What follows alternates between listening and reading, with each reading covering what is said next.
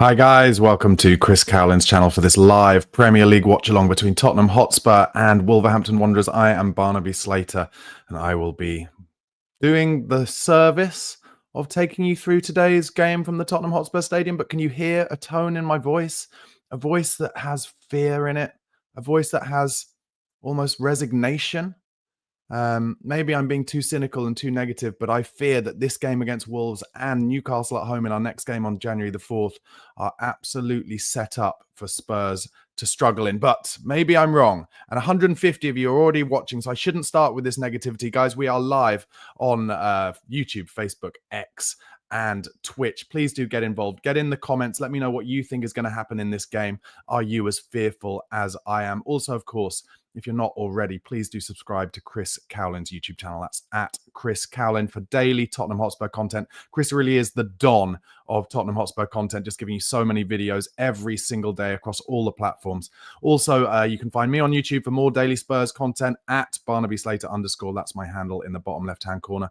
And I will also be doing daily transfer videos across the Premier League during January. This is how today's watch-along is going to go. I will take you through the game as it happens and be talking with you guys in the comments throughout. So please do get your questions in, any comments you have, and we will engage with each other throughout the game. Then after the game, I will do an instant post-match reaction show going back through what happened in the game.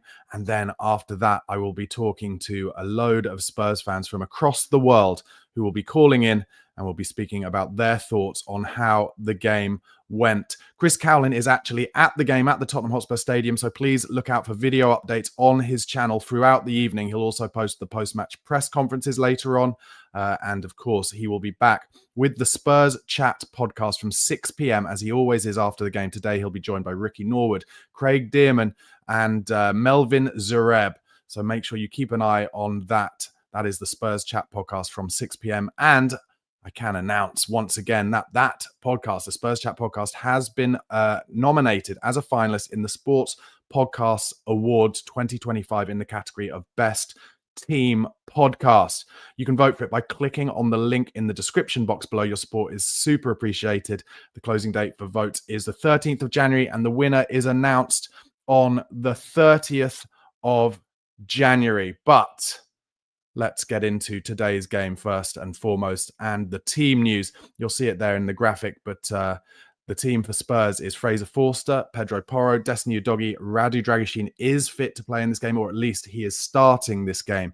The fear I have is that he has been brought back too quickly from that ankle knock that he suffered in the last game, and that's similar to what happened with Christian Romero and Mickey van der Ven when he started, when Ange started them against Chelsea, that Dragusin may not be fully fit. But let's wait to see. Archie Gray, of course, partners him in centre-back at centre-back once again. Then in midfield, a double pivot of Rodrigo Bentancur and Yves Bissouma, something that a number of fans have been calling for, a little bit more defensive stability in a few games. But for me, actually, against a team like Wolves, who are going to lay kind of line up pretty deep with a 5-3-2, I would prefer a little bit more creativity on the pitch, but I'll go into that a bit more in a couple of minutes. And then Deki Kulusevski playing in the 10, the 8-10 role ahead of them. And then Sonny, Dominic Solanke and Brennan Johnson make up the forward line. The bench today is Brandon Austin, Sergio Reguilon, James Maddison, Lucas Bergvall, Timo Werner, Pape Matar, and then Lancashire, Dorrington, and Oluseyi. The Wolves side, Jose Sarr, and then Matt Doherty. Welcome back to the Tottenham Hotspur Stadium. Bueno, Dawson, Semedo, Andre Gomez, and Alt-Nouri, and then Bellegarde, Hwang, and Cunha, who has been one of the standout players, hasn't he, in the Premier League this season. So, as I mentioned, that double pivot of Yves Bissouma and Rodrigo Bentancur, how do you feel about them starting in this game against Wolves? There was definitely some complaints last season whenever those two played together, just feeling like they didn't really have chemistry together in that central midfield role. There seems to be a bit of an unwillingness from Ange to start Lucas Bergvall. I've been impressed by Bergvall's energy and his willingness to get on the ball and his bite in the tackle, as well as his ability to break up play and read opposition's passes. So I thought Bergvall might be due a start, but once again, he's gone straight to Bissouma. And Bissouma on his day is obviously a great player, but he needs to keep those concentration levels up. He loses the ball too easily sometimes just by losing concentration or trying something he can't do. I've said it once, I've said it 10 times, I'll say it again.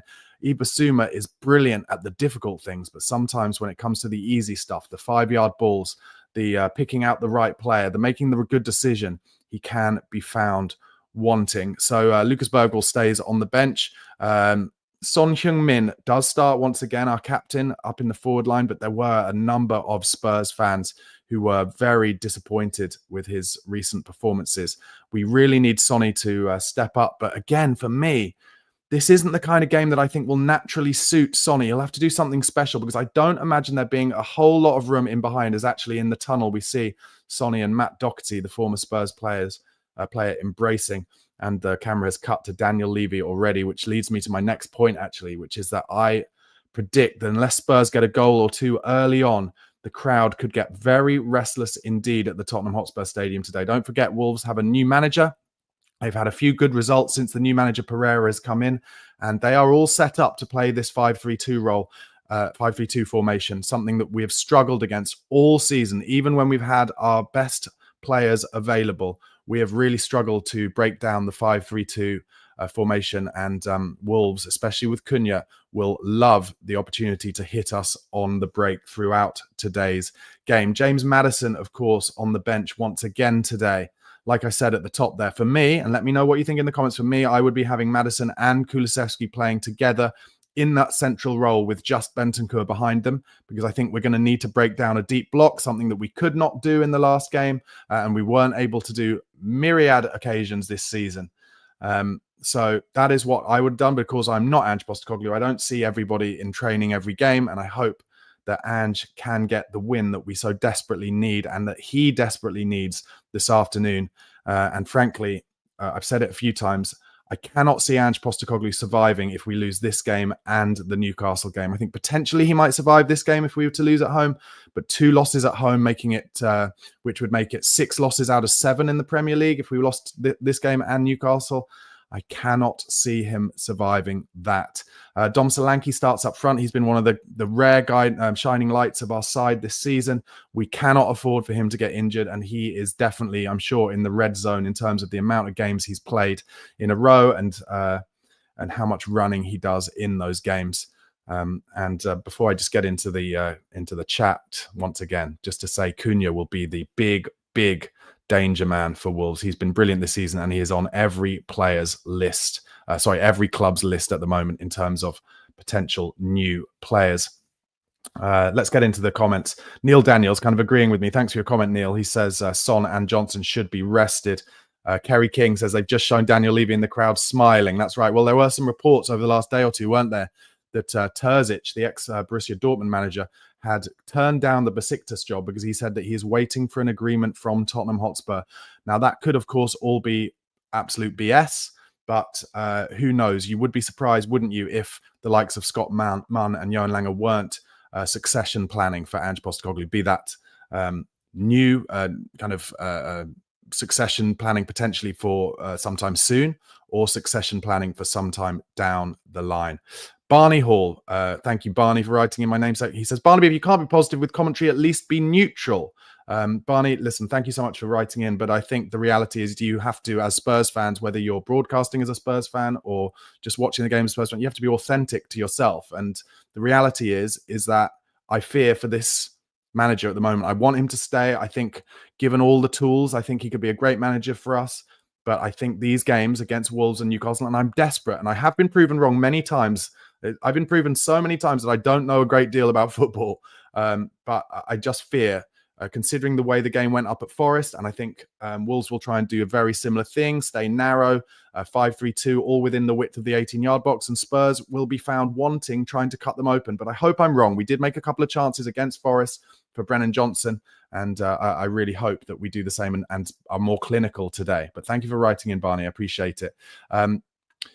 Let's see, what else have we got here? Gary Barnes says, up the Spurs 5-1 victory I'm hoping for. Well, you know, me too. That would be amazing. William Jr. says, here comes the loud mouth, Barnes. I mean, thank you for watching, William. I appreciate it. I guess your job as when hosting things like this is to have a relatively loud mouth. But there you go.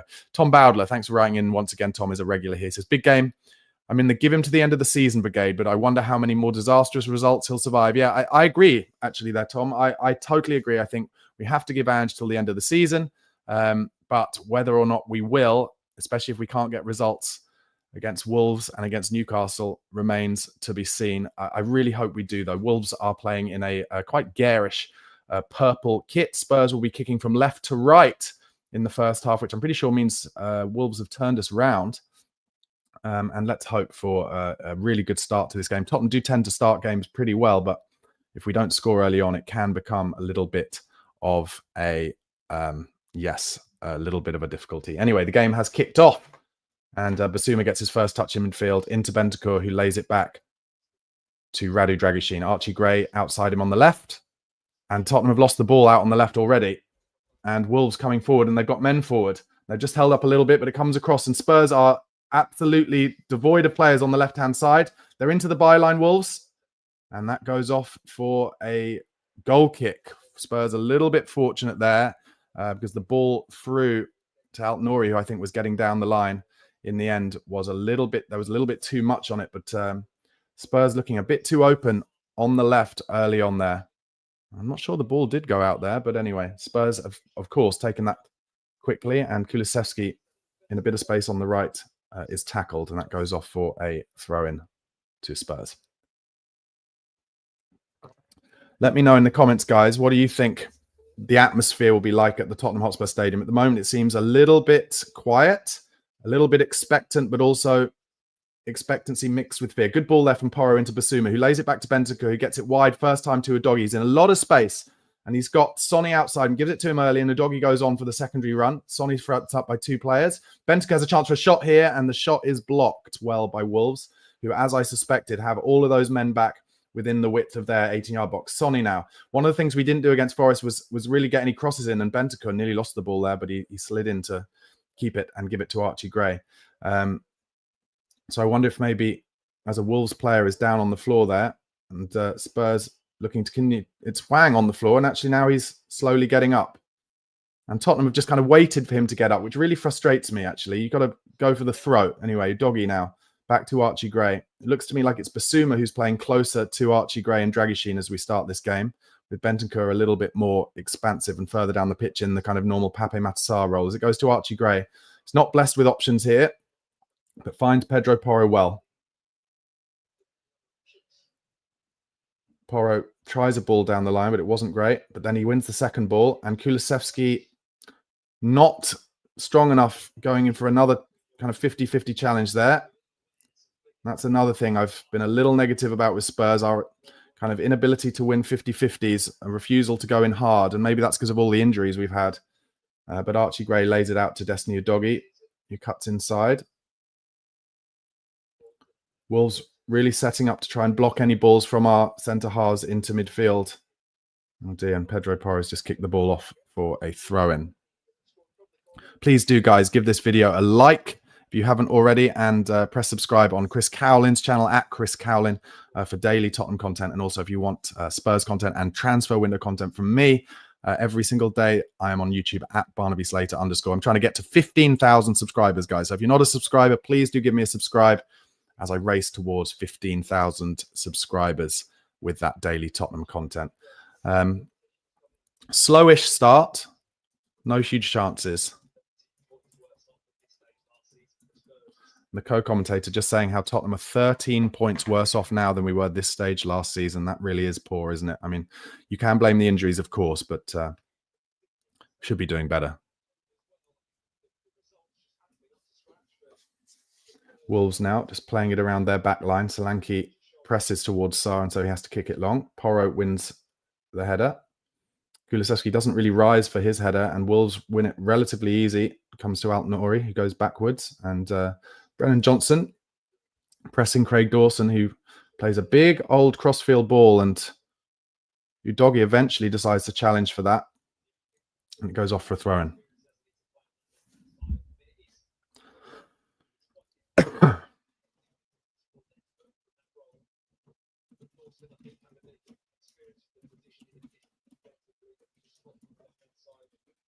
Good press from Bentancur there. Makes Wolves go all the way across their back line to Dawson. Oh, and Dawson turns Brennan Johnson very dangerously in his own box, but he does it well. Wolves keep the ball.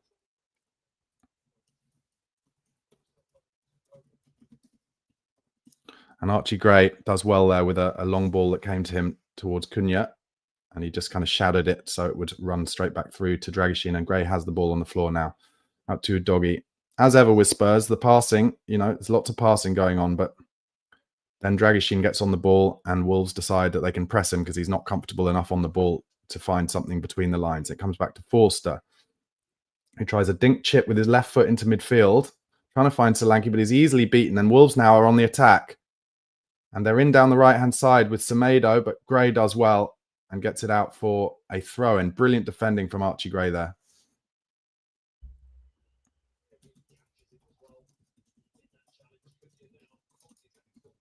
Cunha's down, holding his ankle.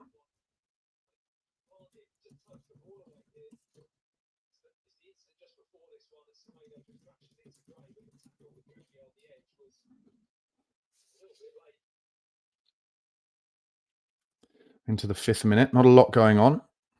Cunha still complaining on the floor. Oh, it looks like the ref's given a free kick for a foul on Cunha, which I didn't even see. So Wolves have a chance in a dangerous area by the looks of things.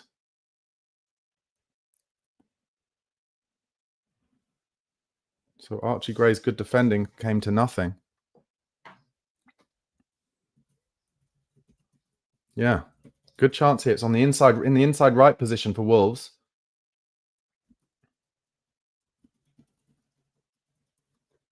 Looks like they're going to try something from the training ground here, Wolves, in their bright pink kit, pink purple. They've got lots of men around the ball. Here it comes. And it's a free shot outside the box, and it's a goal. 1-0 Wolves. Wang. What a surprise.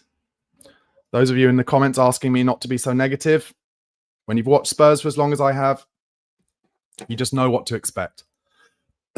They worked the free kick short, passed it into the middle of the pitch, just outside the box, and Wang just curls it into the far corner.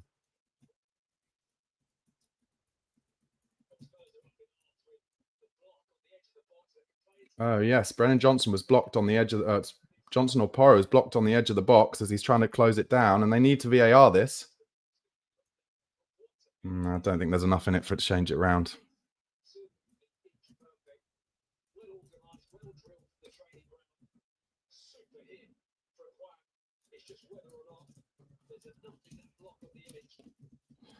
So Brennan Johnson was blocked as he tries to get to the edge of the box, but the reality of it is, because it wasn't given on the pitch, I'd be very, very surprised indeed if it was brought back. Yeah, the check is complete. The goal has been given.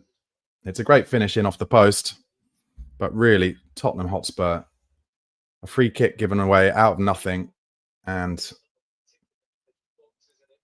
just, like I said at the opening, I've seen these games a million times, and I know what the situation is like when a manager is walking the plank and on his last legs, and Postecoglou is in that zone, and you concede goals out of nothing.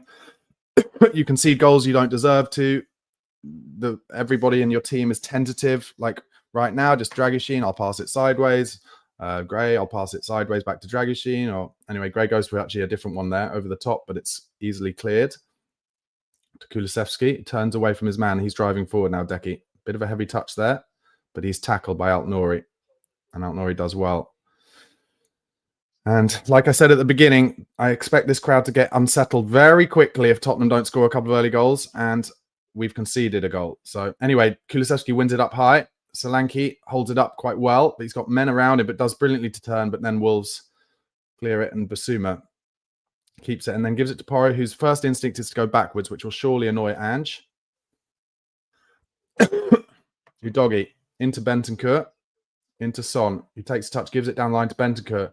Oh, he cuts inside well, Rodrigo. Chance here in the box. Oh, dear. But now chance here outside the box. Comes to Kulusevski, out to Porro. He might have a dig here or might try and dink it. No, he does kind of neither in the end. It was a cross-come shot. Porro wins it back down the side well. And that will be a Spurs throw-in. 9 minutes gone. Tottenham 0, Wolves 1.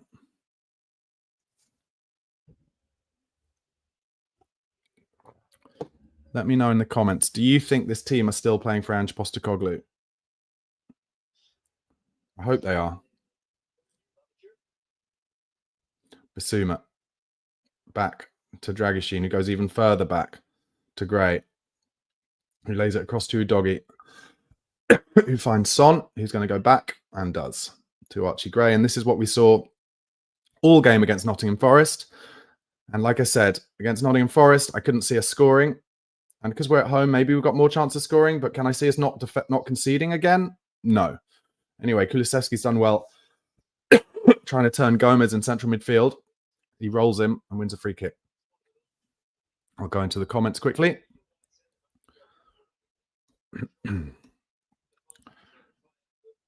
Mark Pitt says, why do we have such a bad goalkeeper in goal? I don't think he could have done anything about that. It was in off the post.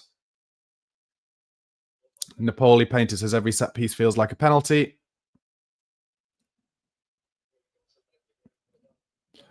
A considered moment. Difficult to listen to such a negative broadcast. Could blame the injuries, but the former comment is a fact. The latter not constructive. Am I not allowed to be my authentic self, guys? Come on, let's be honest. Anyway, Johnson, bit of space down the right. Doesn't really make a decision there. Does win a corner in the end. Come on, Spurs. I'm desperate, guys. I'm desperate to be proven wrong. But like I said, I feel like these games we've got right now, the Forest game, the Wolves game, and then the Newcastle game are absolutely set up for teams to just defend deep and narrow and hit us on the break. Is that being me? It's not me being negative for the sake of it. It's just the reality of that's where we are at the moment. Anyway, Porro with the outswinger. Comes to the near post. It's a goal. And who is that? Rodrigo Bentancur. That's what we've missed from Rodrigo Bentancur, making that near post run. And actually, it seems to me like we only score goals from set pieces when he's on the pitch. And we needed that big time.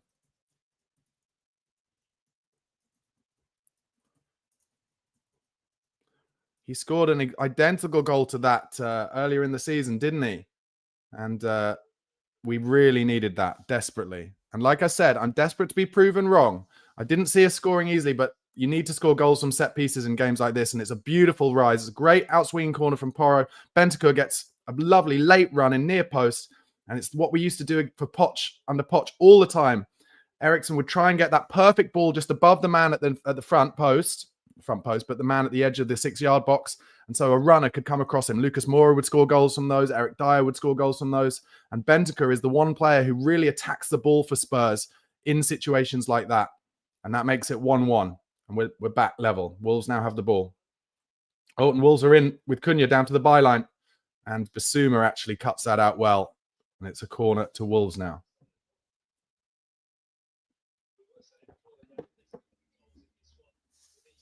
"12 minutes gone. Tottenham 1, Wolves 1. Not a game you'd ever expect there to be a 0-0. Oh, and actually it looked like there was an offside because Spurs now have the ball. Oh, Bentancur's been caught the ball there, but we keep it. And he lays it across to Archie Gray. It's a really strange atmosphere at the Tottenham Stadium at the moment. Considering we just scored a goal, it's very, very flat indeed. But honestly, if you listen to how I celebrated it, that was pretty flat as well, wasn't it? And that's what happens when your team is on a bad run. And when your team are playing poorly and mistakes are being made, it feels difficult to get too excited. But hopefully I can be proven wrong, like I was with that goal, and that we can score a few more goals. There's a little bit of a... Yeah, Wolves have the ball now with Cunha. And he tries an intricate little ball, but Dragishin gives it straight back. And Wolves have a shot just wide after Dragishin gave it away.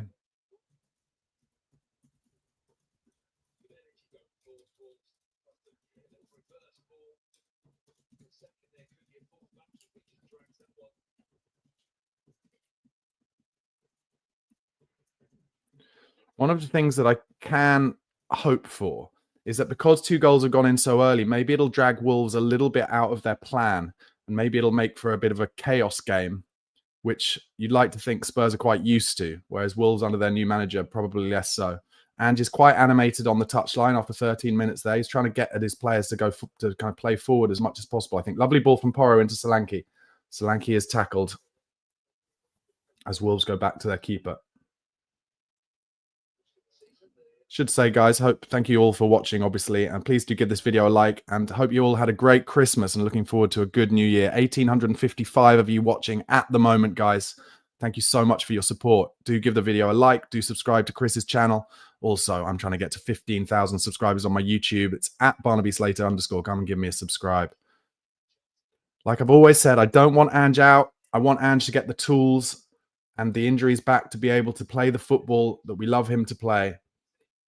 But at the moment, despite that equalizer, it is a difficult watching Spurs at the moment. But come on, this would be a good game to try and get some confidence back into us with the Newcastle game coming up and then the Liverpool first leg of the Carabao Cup semi-final. As Udogie was just fouled there. And Udogie's taking a little while to get back up. Looks like he was fouled twice, actually, in a short space of time. Bentancur takes it quickly to Archie Gray, who goes to Udogie. And back to Archie Gray into 15th minute now. Gray comes across to Dragishin, and this is where Wolves, as Man United did and as Forest did, they look to press Dragishin. And Porro beaten to the ball there, and Hwang's had a good start to this game. Cunha, silky player, as Wolves played around Spurs' press. But that's good from Spurs. Oh, but Kulusevski, again, quite weak in the 50-50. And Bissouma is easily beaten by Cunha, who's such a classy player. And he's driving narrow now. Oh, and a big slide tackle came in from Kulusevski, and he's given away another free kick outside the box. Like we haven't learnt.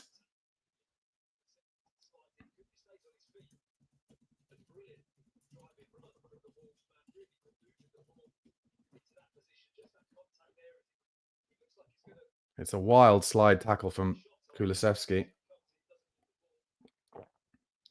Doesn't get anywhere near the ball, barely even touches the player, but it's enough. And now I assume it'll be Cunha or Hwang will have a shot at goal, because this is a perfect distance for a right footer. It's in the inside left channel. He's about 22, 23 yards out. And you'll expect him to be testing Fraser Forster from here. 16th minute, Tottenham 1, Wolves 1. We cannot stop giving away chances in these Premier League matches. Forster lining up his wall. He's got the draft excluder there as well. 4-man in the wall, the draft excluder. Cunha and Alt-Nouri over the ball. It's going to be Cunha. And it hits the wall. Good wall. But Cunha gets the ball back. And he's got Alt-Nouri outside him. But he goes for the dink to the far post, where Kulusevski is on his own against Matt Doherty. And that should be a goal kick to Spurs. And is. Well done, Deki Kulusevski. So that's good. Got away with that. Spurs. They're very tentative on the ball at the moment, Tottenham. Just a severe lack of confidence, as you would expect. And actually, Spurs played them all offside from Cunha's second cross there. And that was good play from Spurs. Here's Forster with the ball from his free kick. He's got no option short, and he wants one. So he goes long. Oh, it's a lovely ball into Kulusevski, who can't quite turn, give it to Solanke. And Sonny's caught ahead of him. Semedo now on the right-hand side for Wolves.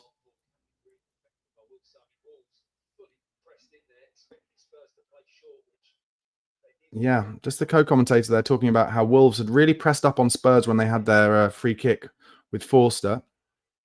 And as a result, that long ball that Forster played into Solanke was really effective. But he wasn't quite able with Kulusevski to keep it.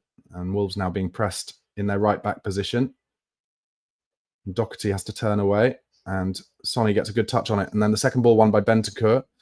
Kulusevski being fouled from behind, but not given by the ref. And then a big hack up in the air from Wolves. Bentancur wins it. Solanke's wrong side there, and he'll give away a free kick if he's not careful, but Wolves turn. Really well. Well played by Wolves there. And Bentancur gives away a free kick in the centre midfield, and that was a good free kick to give away because, as ever, Wolves, just with one little turn, were running at Spurs' backline in centre midfield because there's just nobody there.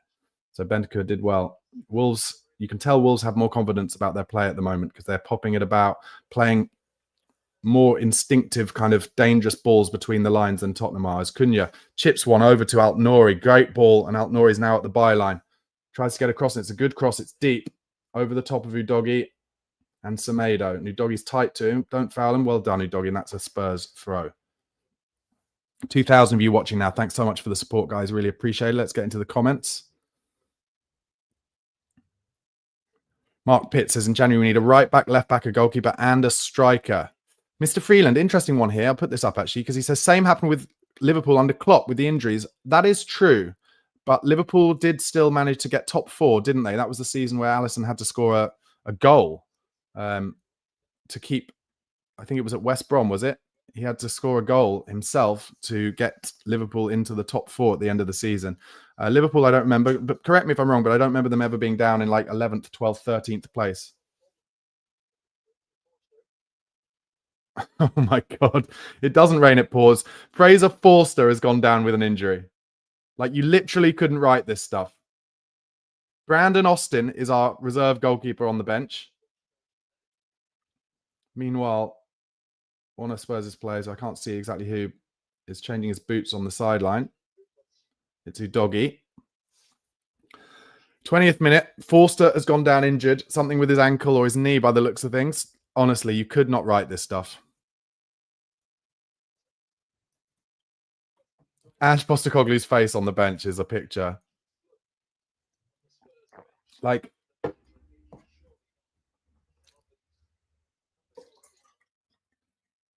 let me know what you think in the comments, guys. Do you think Postecoglou's relentless play, both in training and in matches, is a reason why we have so many injuries? And if so, if that's the case, does he have to take the blame for the injury crisis, or for at least part of the injury crisis? For me, it can't be coincidence that Ange always talks about this relentless style of play and everything has to go straight away and 100 miles an hour. And yet we've got the biggest injury crisis in my entire time supporting Tottenham Hotspur. And now another goalkeeper has gone down. Spurs are carrying on, but you do wonder whether they're just keeping Fraser Forster playing because they're so devoid of options. Anyway, Udogie. Oh, good ball in there from... And Son holds it up well in central midfield and plays a good ball across to Pedro Porro. That's the best bit of play in central midfield so far. Porro now, with a bit of space, gives a horrible ball to Kulusevski, and Alt-Nouri easily takes it. And now Alt-Nouri's coming forward. But a great tackle back from Brennan Johnson. And as a result, Kulusevski's in down the right, and Johnson is doing another separate run. Cunha is the one marking Kulusevski, and once again, Kulusevski, not once again because it's him, but just not making great decisions, Spurs, in the attacking third at the moment. Cunha was able to tackle Kulusevski, which shouldn't really have been so easy. And Tottenham's players on the sidelines are going for a warm-up, the substitutes. 21 minutes gone. Tottenham 1, Wolves 1. I'd say at the moment, oh, good win up the pitch there from Kulusevski. And that was a foul, ref. The referee has to give a foul there. Deary me. He hasn't. I think it's a throw-in to Spurs, but Kulusevski was fouled from behind for sure. How's he not given a foul for that? It was Gomez, but the ref hasn't given it. This is another thing that happens when you're playing badly and you've got no confidence. The referee kind of decisions seem to go against you more. Porro plays it back to Dragishin. He plays it across to Archie Gray, and he has Udogie outside him. Son's not giving Udogie an option there. He's being pretty much man-marked by Semedo, so it comes across to Dragishin again, and he tries a great ball from Dragishin to Johnson, who's one-on-one with Craig Dawson, so he should really try and take him on. Goes early cross instead, and it's cleared. That was a good opportunity for Spurs. Good stuff.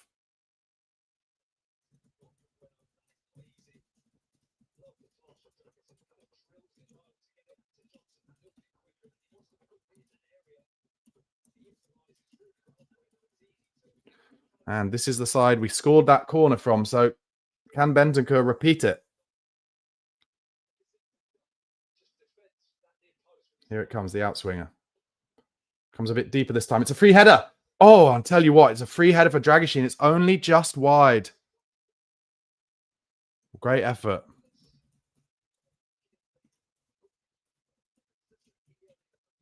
Oh, I don't think the keeper was getting there either.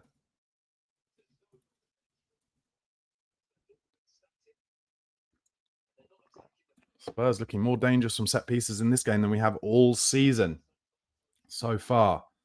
Good stuff from Dragishin. Shame it didn't just sneak in the corner. He could do with that for his confidence, but good start from him because he did drill out a great ball to Brennan Johnson, which led to that attack and corner. And we need him to be playing kind of better passes between the lines. It's what really makes Ange ball click, is the centre-back's ability to play dangerous balls in between the lines and break the press that way. 24th minute, Tottenham 1, Wolves 1. Wolves with the throw-in. Sonny pressing them. They get out of the press quite well and bring it across to Craig Dawson, who plays it pretty simply into Cunha, who's all over the pitch at the moment. He is the playmaker, to say the least. Brennan Johnson presses him well, and it's a Wolves throw.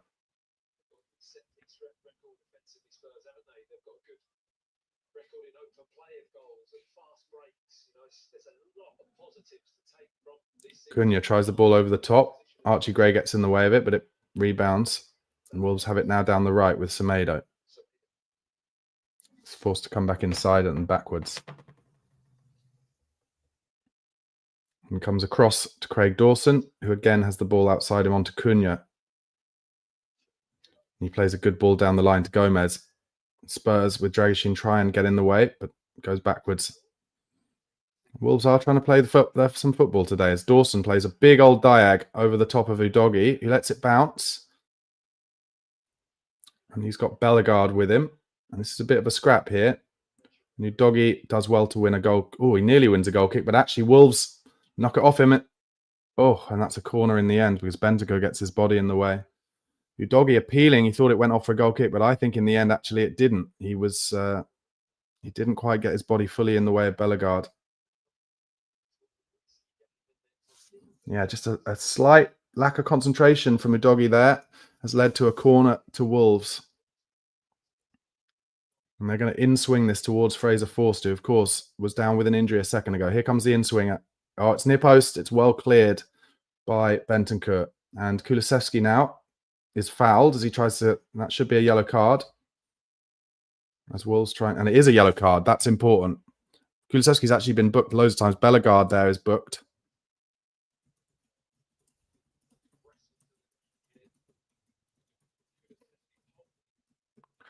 And Kulusevski, who was kind of muscled off the ball and fouled by Bellegarde, he's fallen awkwardly.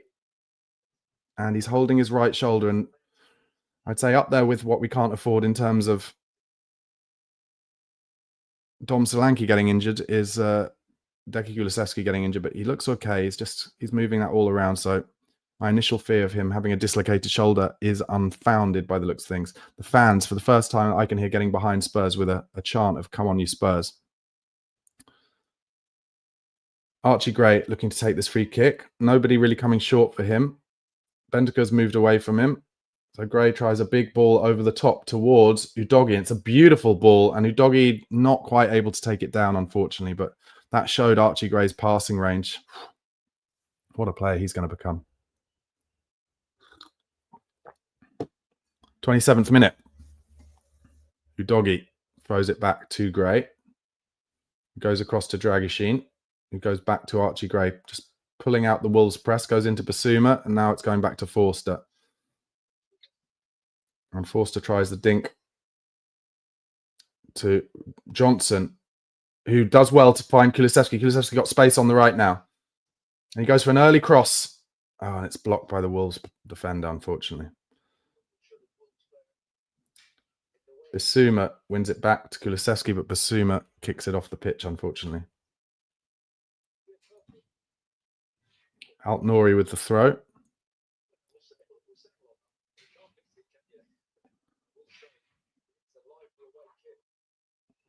Oh, Craig Dawson getting himself in a bit of trouble down the line there. And Solanke trying to press him. Oh, and the linesman's given a foul when it never, ever is.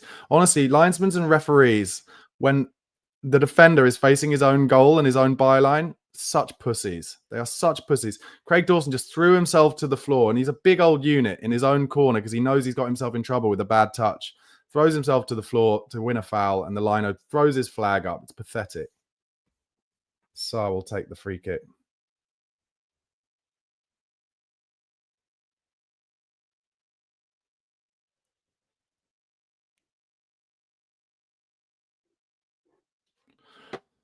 Long ball goes up. Dragoshin wins it.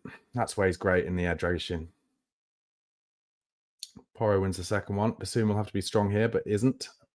The ball breaks to Johnson.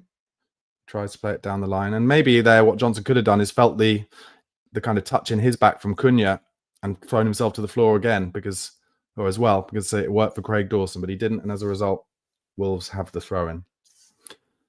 It's been a pretty one-paced first 30 minutes from Tottenham Hotspur, I'd say. Wolves will be happy with their business. They'll be a bit pissed off that they're not still leading. Anyway, Solanke gets the ball. Bad camera work here, but Johnson finds Solanke down the right. Oh, good stuff from Solanke into Johnson, into Kulusevski. Great chance for Spurs here. Cuts it back. Big chance for Dom Solanke. Bentancur got in his way. That was absolute madness. They're all offside anyway, so I guess it doesn't matter. But Bentancur was... There was a real chance for Solanke just to pull the trigger, and Bentancur just got in his way. Oh, and he wasn't offside. He wasn't offside.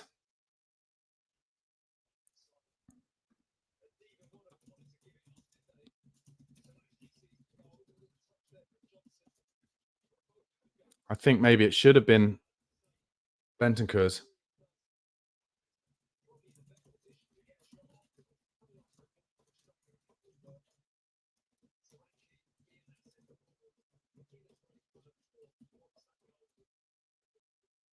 Deary me. Oh, and Wolves have won it high. The Wolves players stay down. It's Bellegarde again. And Spurs have some space in midfield as a result. And they need to make the most of this. Son is not motoring, but Udogi's getting outside him. That's a good run from Udogi. And now Son's got a bit more space. Tries to find Udogi, but it's a horrible ball from Sonny. And it ends up being a Wolves throw.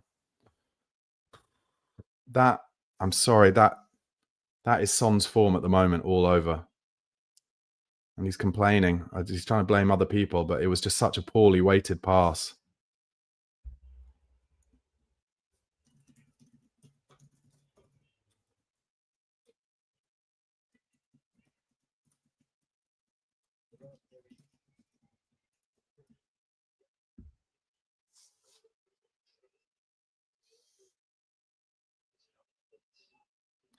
It was just a bit of a VAR delay there, but it's been cleared, whatever it was for. And Wolves take the throw in, and now they clear.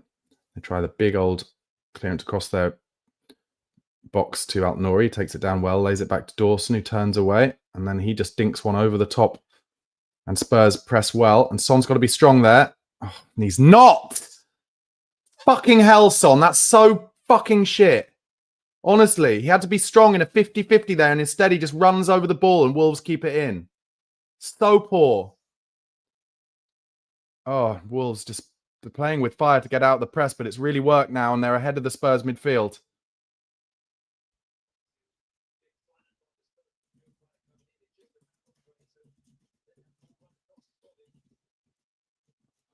And Wang has been played into the box. Wolves in a great position now with Altnouri. Into Cunha. Oh, and it's a good block from Porro that stops Cunha getting in. And Dragishin's in a world of pain here in the corner. He uses his strength well, but then just ends up clearing it straight into Hwang's path. Wolves have it again.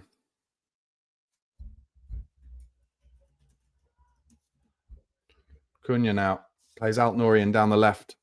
He's fronting up Pedro Porro. Gets his body in the way, and it comes back now to Dawson. Plays it inside to Cunha, who was pressed by Kulusevski. And Wolves just knocking it about quite simply here. And they go back to their back line. Solanke starts the press for Spurs. But they get out of it quite easily now through midfield. And there's a big space on the right. Bellegarde plays it to Semedo. He's got Bellegarde outside him. But it's well blocked by Udogi. Don't foul him here, Destiny. And he doesn't. But Semedo does well. Wolves looking so confident on the ball, though. Just knocking it around. The Spurs stadium is restless. Yeah, the co-commentator's saying it. Wolves taking more risk with the ball, and that's absolutely right. Tottenham kind of playing, well, just with no confidence, I'd say. But it seems like we're playing a little bit of more kind of Conte ball, just letting them play around, and we press them. There have been quite a few kind of pundits having done analysing Spurs' play recently, saying how Spurs press, but not all together.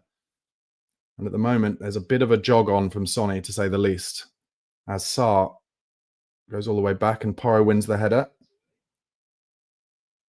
And Dragishin comes in and then plays it straight back to Wolves, like into midfield. He didn't need to do that, and as a result, Wolves are back on the attack on the left side with Altnouri.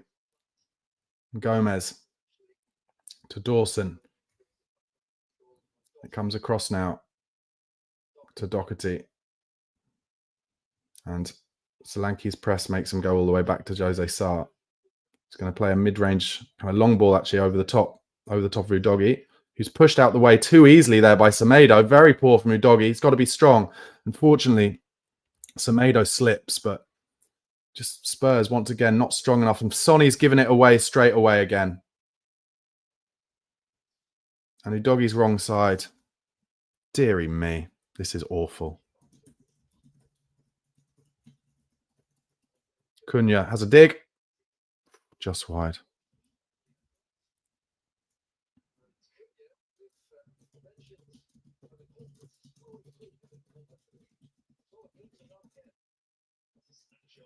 Snapshot. And Forster is diving at full strength. Stretch. It's only just wide. Just Wolves are popping it much quicker. They've got a lot more energy about them at the moment. And we've lost the ball already. Doherty coming through midfield. Into Cunha. Tries to slip in Hwang. But Dragusin clears it straight away to Altnouri. What is going on with Dragusin's clearances at the moment? I'm telling you, at the moment, it's just a matter of time with Wolves. Altnouri wide left. And they're in down the left now with Altnouri. And that's a great block from Dragusin. He can do the blocking. It's just the clearing he's not doing at the moment. Porro to Bissouma, playing it short, in danger. And that's actually a Spurs throw, but Porro did quite well to get a clearance deflected off the Wolves player. And Postecoglou, they cut to him on the sidelines, and he is not happy, to say the least. But which Spurs fan, player, or manager would be at the moment? Last 10 minutes possession, 75% Wolves, 25% Spurs. I have to say, these are the kind of games where you just look at it and you're like, I'm not sure they're playing for him. I know there's a lot of injuries, but they're just jogging about a bit here, Spurs. Anyway, the ball comes to Doggy, who gets it out to Son, who slows the game down and goes backwards, and the fans are getting on Tottenham's back now.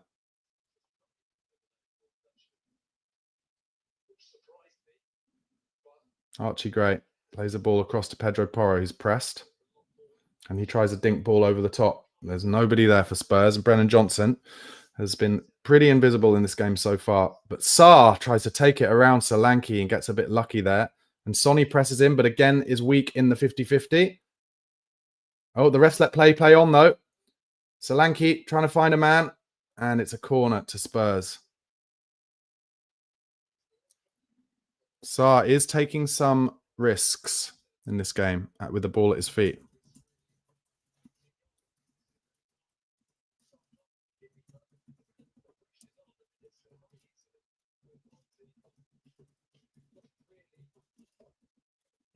Just made a note of that because I feel like that's something that Sarr could regret later in the game if he tries that one too many times. He basically took it round Dominic Solanke in his own box there. Anyway, Sonny with this corner. It's going to be an in-swinger. Spurs have lots of men around the keeper, but it's a poor corner cleared at the first man. Comes to Bissouma, keeps it on, gives it to Son straight away. And Bentancur's made a good run down left. Needs to get a good cross in here, but it's too deep and goes off for a goal kick.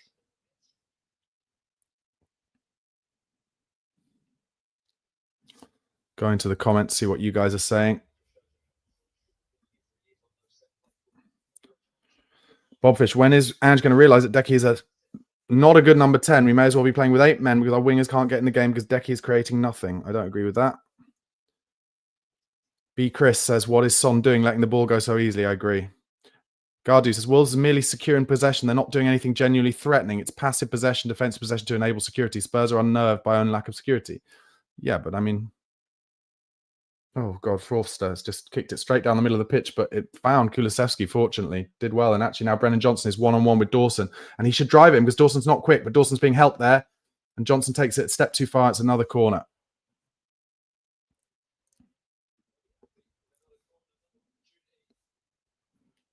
Kulusevski wants to take it quickly and does so. He's got Porro with him. And that's it. Chance for Porro to cross. It's deflected. Back stick Solanke, but it's cleared. And now Kulusevski lays it to Bissouma, who hits it over the bar. Miles over the bar as well.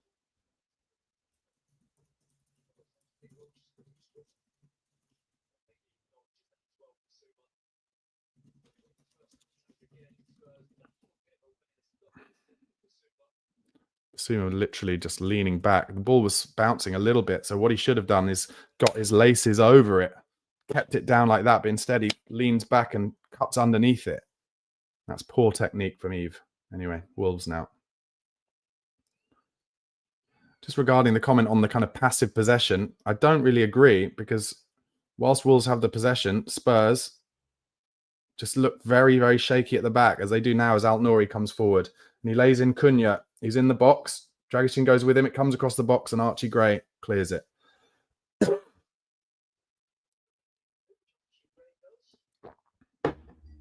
Pereira, the Wolves coach on the sideline, looking pretty happy as we enter the 40th minute. Wolves take their throw in. Oh, Alt-Nouri flicks it around the corner to Cunha. To Gomez. To Dawson. Plays it across. Doherty now being forced to go backwards, and Solanke is pressing the goalkeeper all the way. He plays it first time to Doherty, and I think arguably Son should be closer to him there with his press. Son's just jogging around.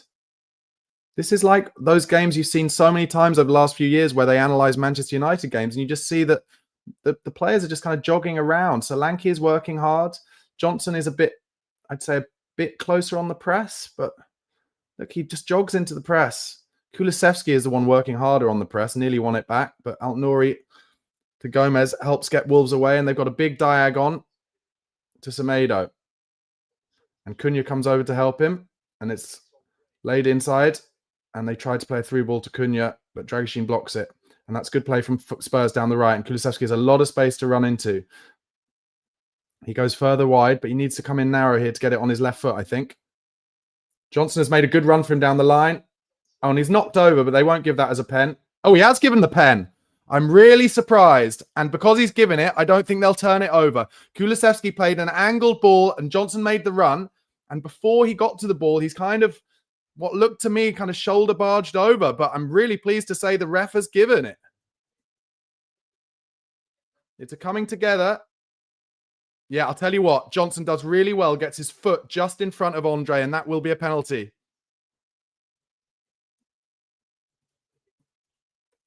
Huge for Spurs. I think Andre is basically suckered in there, because just as he's getting towards the ball, Johnson, I think, sees Andre coming from his left and just gets his foot in front of Andre, so Andre's foot plows into the back of his. For me, it would be a foul anywhere else on the pitch, and therefore it's a penalty. The COCOM saying it's harsh, but for me, Johnson has just suckered him in. So you've got to think it'll be Son Heung-min with the penalty.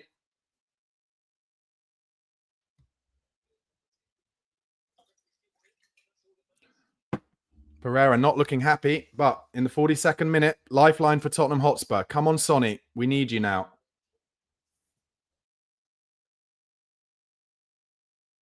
I think the commentator said that's our first penalty of the season. It might well be. Anyway, Son stepping up. 42 minutes gone.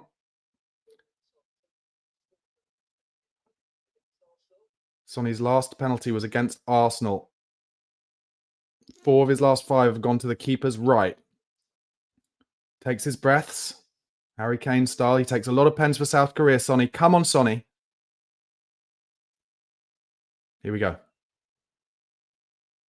Saved. This is what happens. I'm sorry, but this is what happens when Wolves have won the ball back. This is what happens when you're playing badly, when you're devoid of confidence. Things go against you. You get a chance, and then Sonny has had it saved. I said it. 4 of his last 5 have gone to the keeper's right, and he goes the same way, and it's an easy save in the end. He doesn't get enough on it.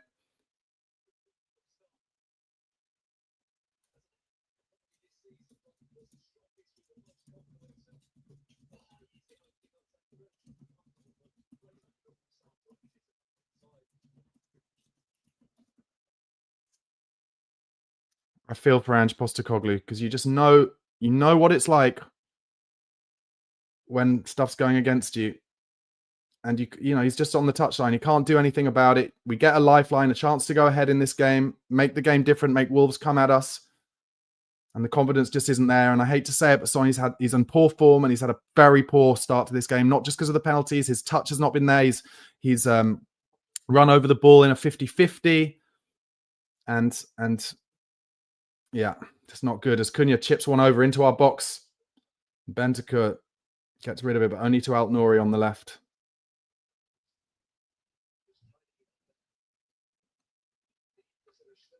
Dawson.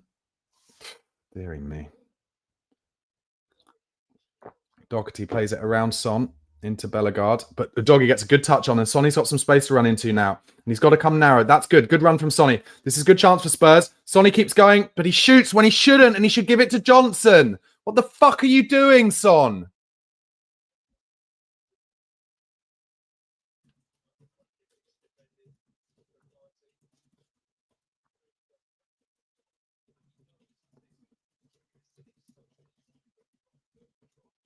And that happened against Nottingham Forest again as well. Son got the ball in a great position in the box, and he should have laid it into Johnson, but he shot.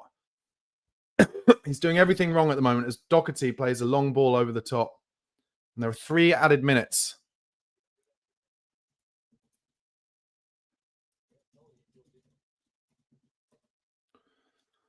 And it was Matt Doherty who chased Sonny back and got the tackle in. And you have to say, if Matt Doherty is catching up Son Heung-min on a break, then you can tell that a yard has gone from his legs. And I love Son Heung-min, of course I do. He's the face of this club, but he's playing too many minutes. And because of the injuries, he's not getting enough of a rest. And as a result, he's missing penalties, he's making bad decisions, and they're costing us results at the moment. I'm sorry, but there's some truth to it. Forster now plays a ball wide to Udogie. It's a good pass. Udogie plays it inside to Solanke, who does beautifully. And he's driving, and that's a yellow card for Wolves, surely. Yeah. Semedo.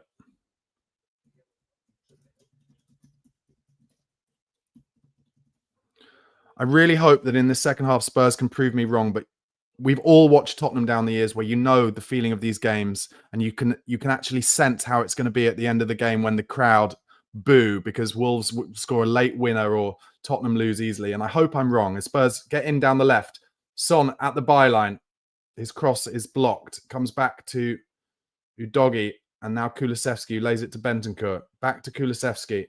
Son wasn't trying to get onside there, and now he is, and the crowd basically told him to. Kulusevski gets into the box, tries a lovely little reverse ball, but Semedo clears it. Archie Gray picks it up on halfway and gives it to Basuma, who will give it to Dragishin, I'm sure, and does. Behind him for some reason. But anyway, Dragishin now still has the ball. He needs an option and doesn't have one, so has to go back to Archie Gray. 1 minute left of this half as Gray finds Bentancur in midfield, who comes across to Porro, gives it back to Bentancur. Good stuff from Rodrigo. And he's driving at the Wolves back line now.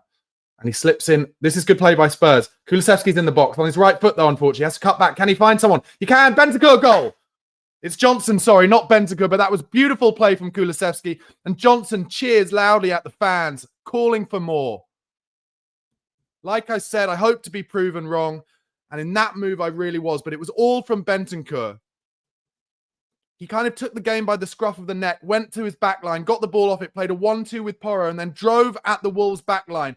Then finds it out wide into, let's see, this is Bentancur driving forward. He plays the ball inside to Johnson, who plays a lovely ball into Kulusevski, uses his strength, cuts back onto his left foot, lays it to Johnson. Great finish.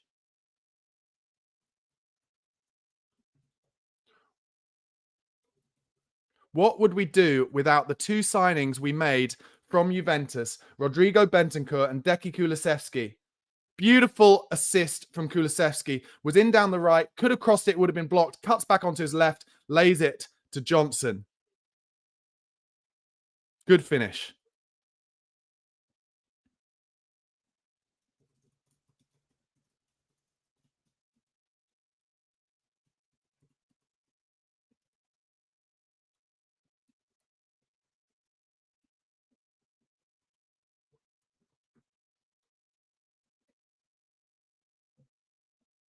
And that is half time. And Angie is applauding. And to say, in my personal opinion, Tottenham are winning, not necessarily deservedly so, but it doesn't matter, especially in games like this where you have to find a way. And that's why I was so frustrated when Sonny missed that penalty, because it looked like we had a bit of a lifeline. But then with some good football, with Rodrigo Bentancur taking the game by the scruff of the neck, getting the ball off his back foot and saying, I'm going to have to do this on my own. Then gives a good little 1-2 with Pedro Porro. Then gives it to Brennan Johnson, who finds Kulusevski, drives again into the Wolves box, cuts back, lays in Brennan Johnson, who finishes it into the middle right-hand corner. And that is Tottenham Hotspur 2, Wolves 1. in what I can best describe as a frustrating game, but where Tottenham seemingly have tweaked it a little bit and are trying to play a little bit more on the break, sitting back, saying to Wolves, can you break us open? Which they did early in the game, but then hitting them on the break.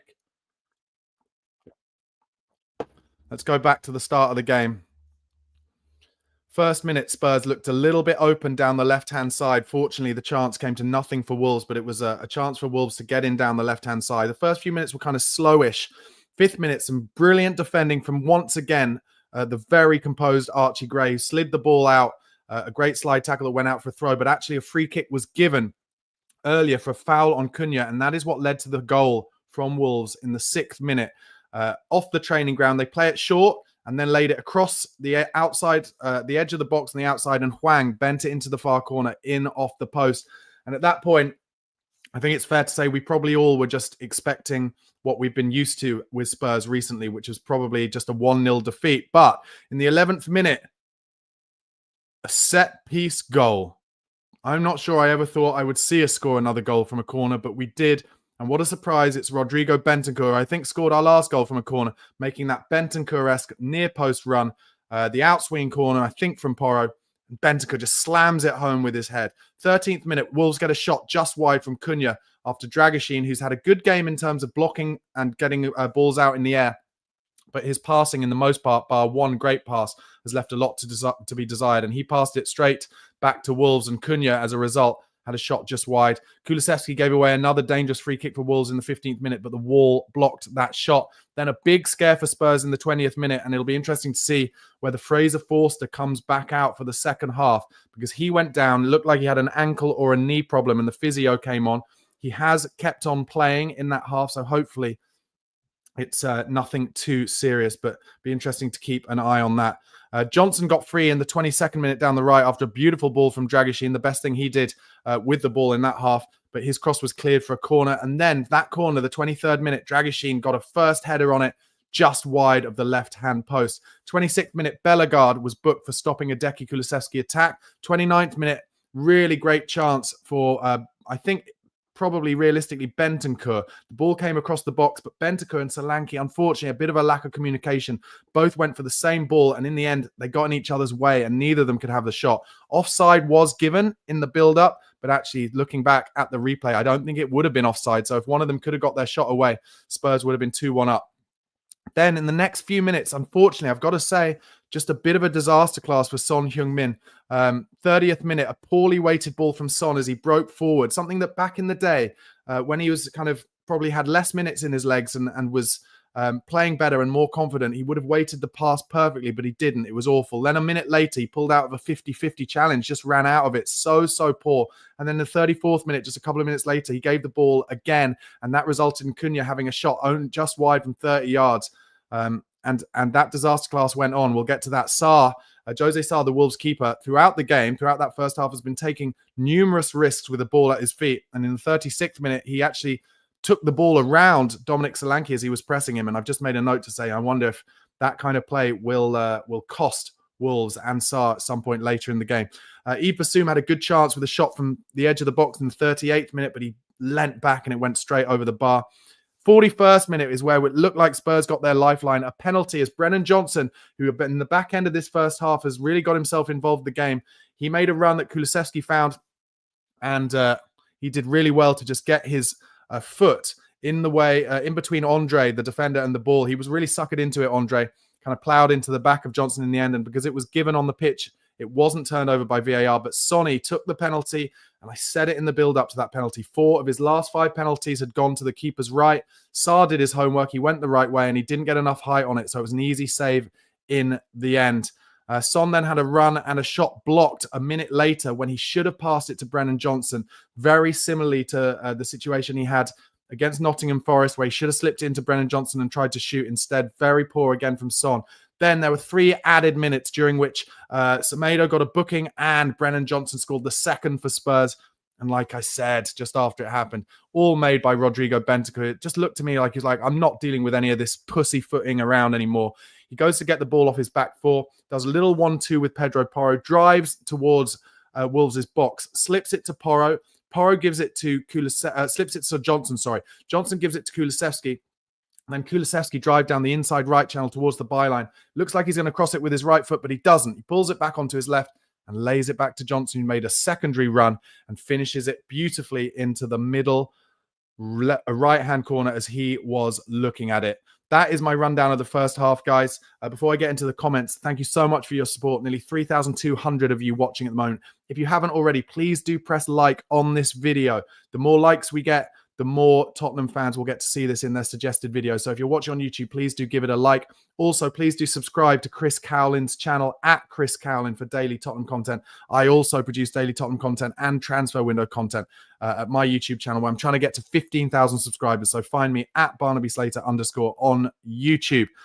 Guys, let's get into the comments and see what people are saying. Randin, thanks for your comment. It says, hopefully we add to our lead and should sub Maddie for Son, Sarr for one of the defenders. You'd put Sarr on for one of the defenders? How does that work? What formation are you playing there, Randin? Randin, let me know. Bill Foray says, Son is the captain. He decides who takes the penalty. That's how it works. So obviously some people in the comments suggesting that maybe Son shouldn't have taken him. Listen, his penalty record before this has been absolutely 100% for Spurs. So I don't have a problem with the fact that Sonny took the penalty. I have a little bit of a problem with the fact that he went the same way that the keeper knew he was going to go. Based on the homework that the keeper did.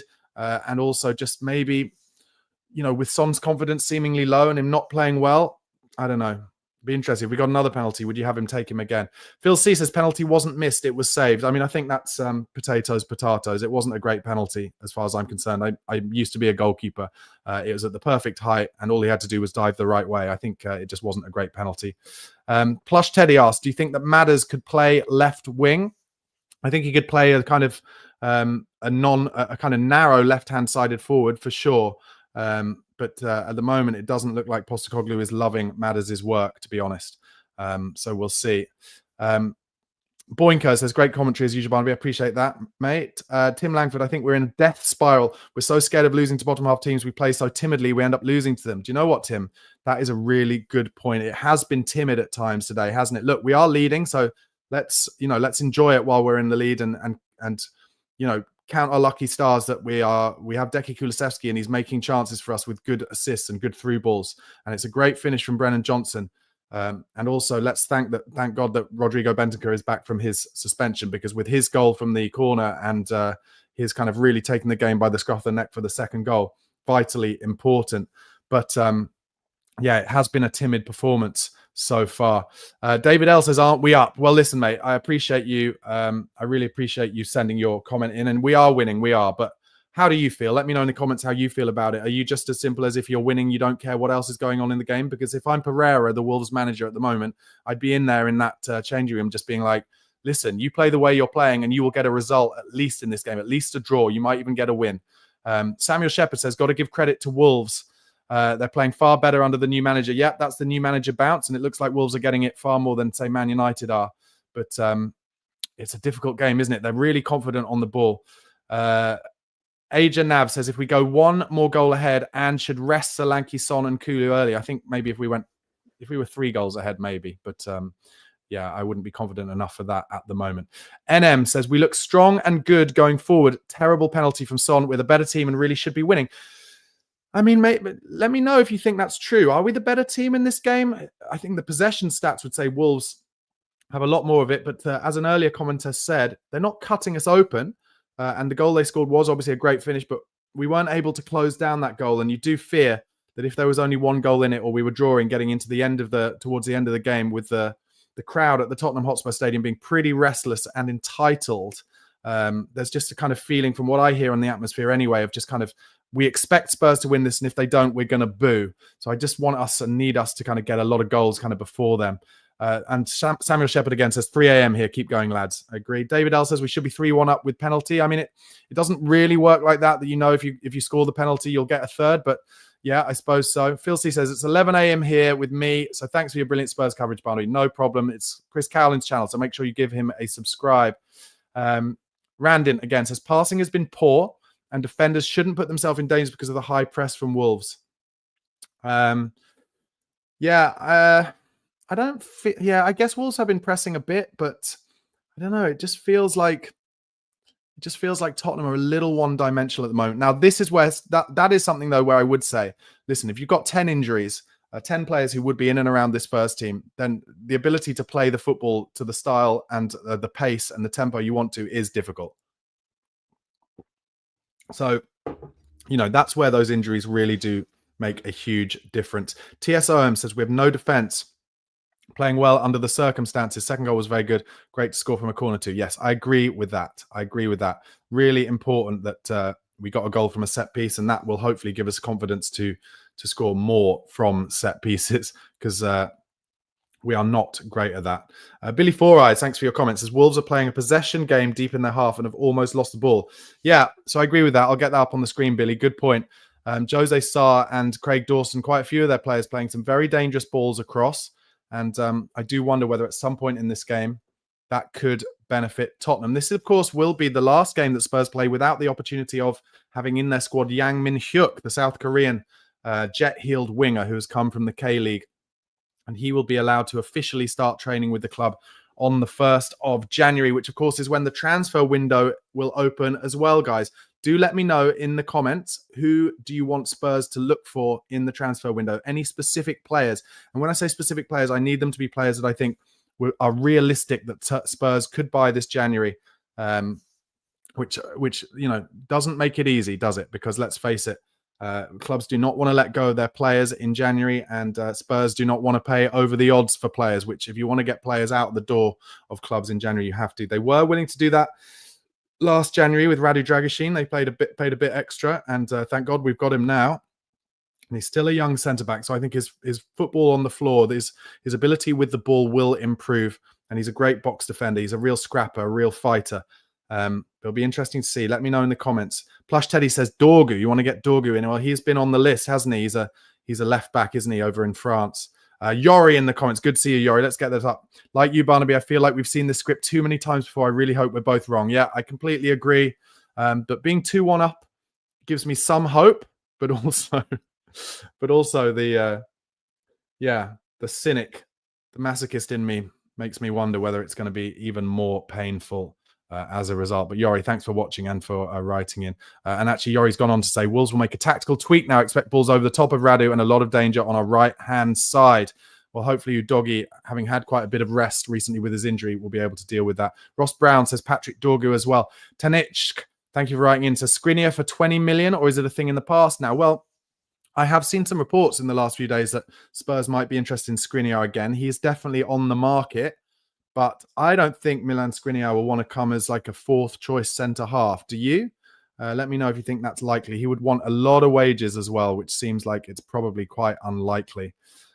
Huey Golf says it's a game for Wolves to lose. Should sit back, patience to hit on counter, especially against Udogie.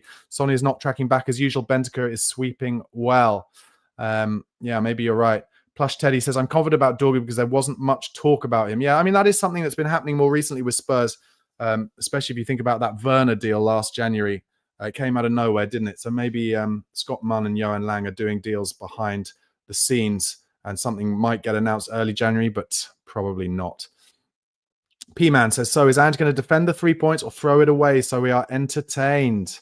Deary me. Yeah, I mean, who knows? For me, I mean, Yori, you're watching, so let me know in the comments what you think. It seems to me like we are playing a bit more, you know, double pivot and trying to hit them on the break, then we're definitely not bossing the possession in this game, but that could of course be just because of a lack of confidence through the squad and the injuries not allowing the rhythm. Ross Brown says, why not recall Ashley Phillips?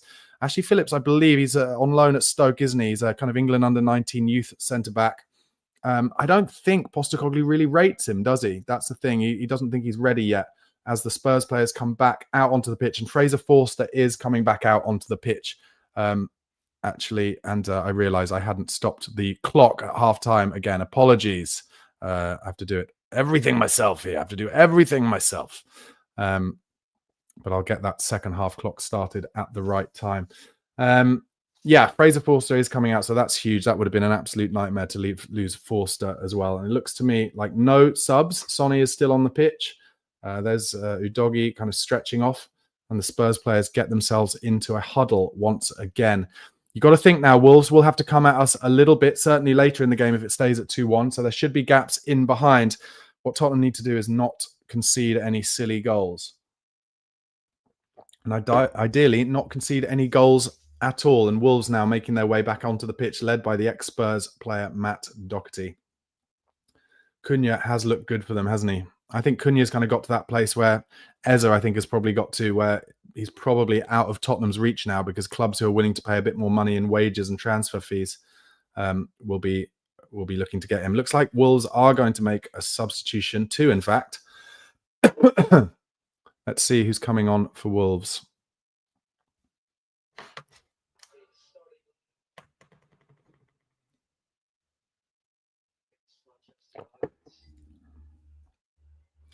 So Strand Larsen has come on for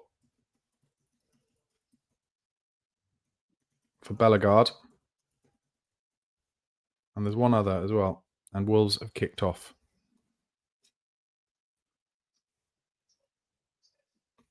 Oh, and Cunha's come off as well.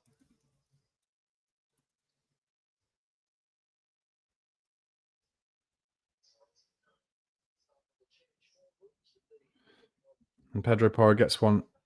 And that is a little bit of luck coming Spurs' way for the first time in a long time. That Cunha, who's been their best player and is a handful to say the least, has come off. Anyway, the pattern carries on as Tottenham let Wolves have the ball early in this second half. Let's try and make the most of this little bit of luck that's come our way. As Sarr kicks it straight down the middle, but it comes all the way through to Forster.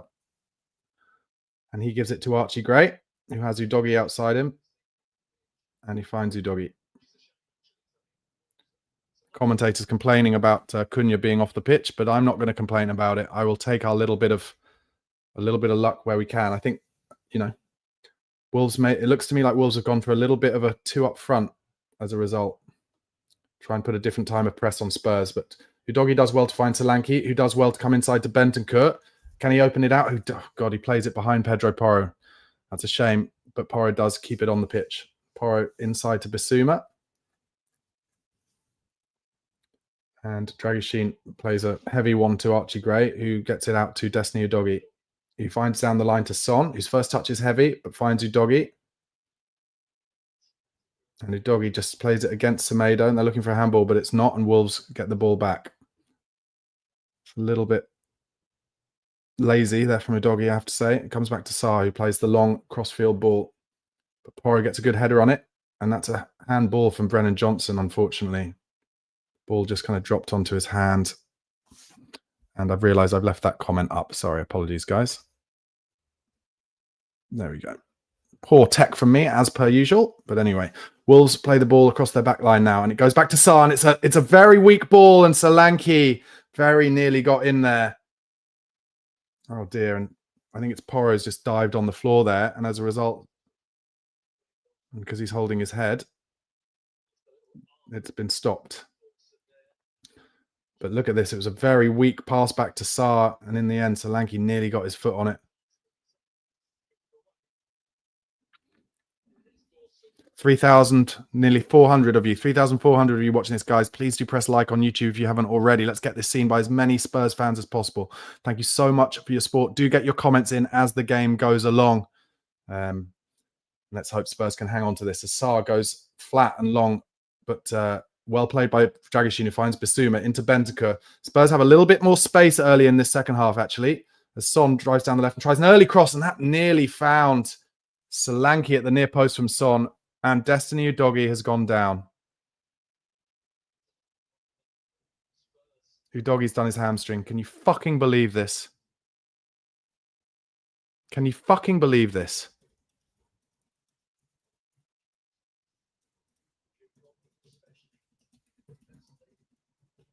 And of course, Jed Spence was sent off in the last minute of the game against Nottingham Forest, so he's not available. Can only hope this is cramp, but Udogie is gritting his teeth. Yeah, and he was sprinting.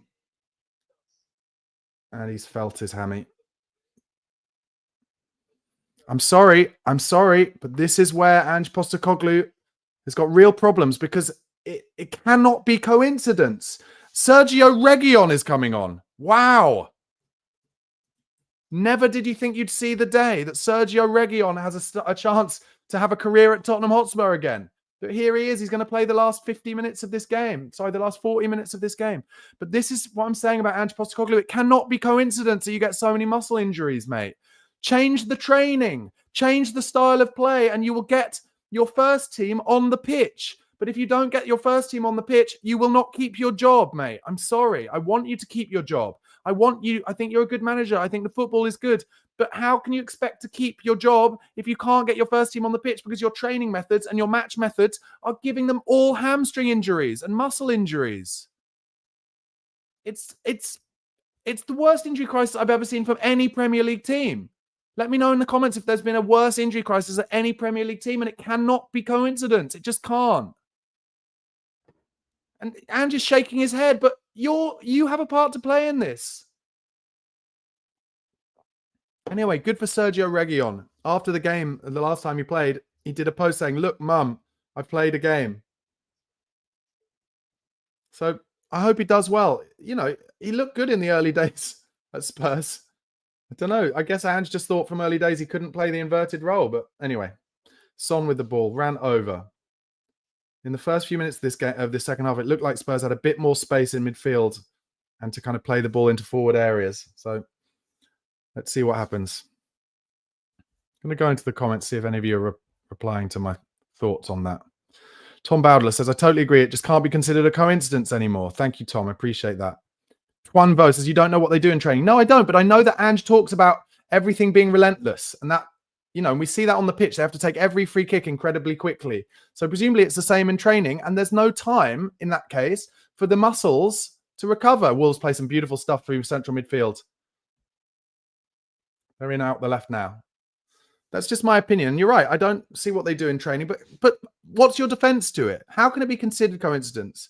I want to know if any of the journalists who are in the daily or the weekly press conferences with Ange ask him, say to him, can it be coincidence that you insist on this high tempo, non-forgiving style of football, both in training and in matches? And it's the biggest injury crisis I've ever seen in the Premier League. Anyway, sorry to get stressed about it, but to see yet another injury in the back line. Yet another injury in the back line. They're showing Cunha on the bench. He's got an ice pack on just behind his kind of knee, just above his knee.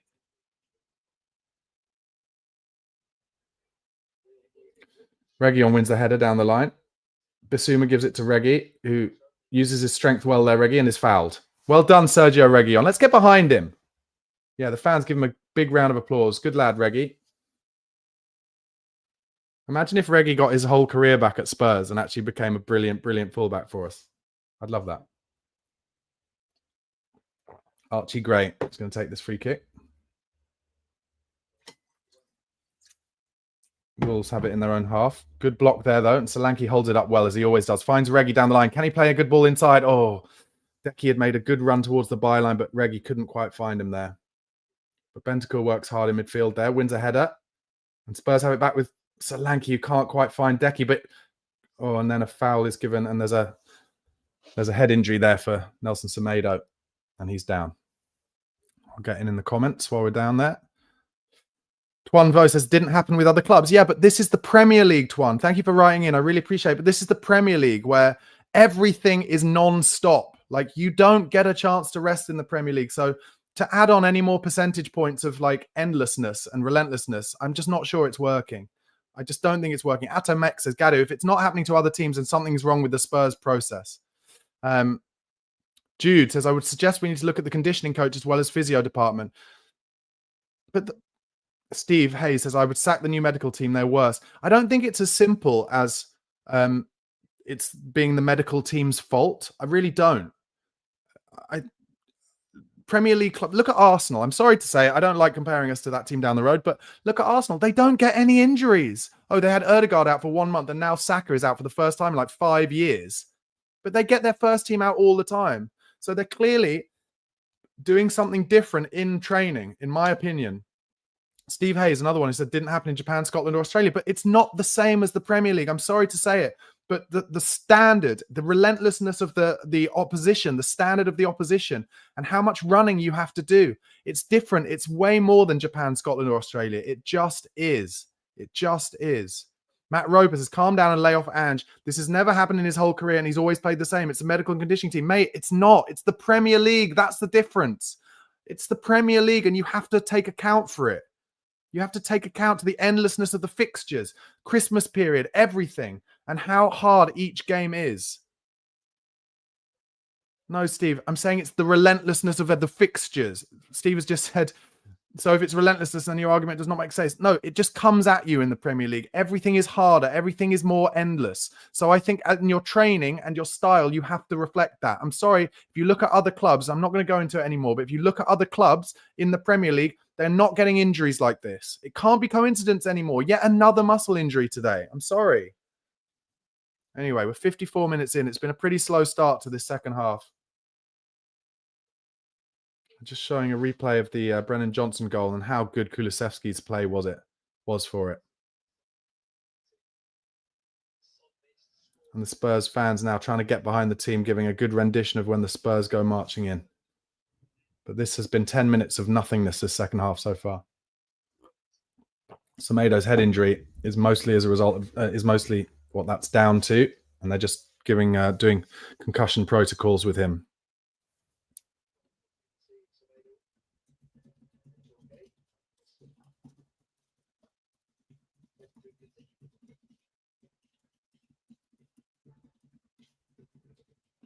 That'll mean there'll be quite a lot of added time at the end of this half, and finally the game gets underway again with the ref giving the ball to Jose Sarr, and as ever, Dominic Solanke pressing him hard. He is a workhorse, Solanke, and that's why I fear that he might get the next muscle injury. Anyway, Sarr goes long, and that's an easy win up for Wolves. Oh, and Bentancur giving away a free kick. I didn't think it was. I thought that was shoulders, but Wolves have a free kick now, about 15 yards inside the Spurs half, a chance for them to get this forward if they choose to, but I wonder if Pereira would want his team to play this short instead. No, it looks like they are going to try and play a cross into the box. Yeah, and they're going to get Al-Nouri to in-swing. So Spurs are keeping their defensive line about 22 yards out. And here it comes from Al-Nouri. Left-footed, over the top. And that's gone all the way for a goal kick. Well left in the end by Dragusin.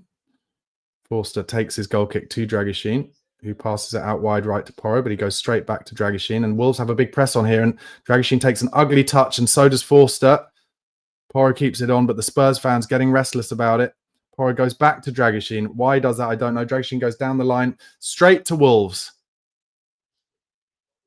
And they're in down the left now. They're in at the byline here. Big chance for Wolves. Cuts it back. Bentancur gets his foot in the way, but then loses it in his own box. And it's going to be a shot over the bar.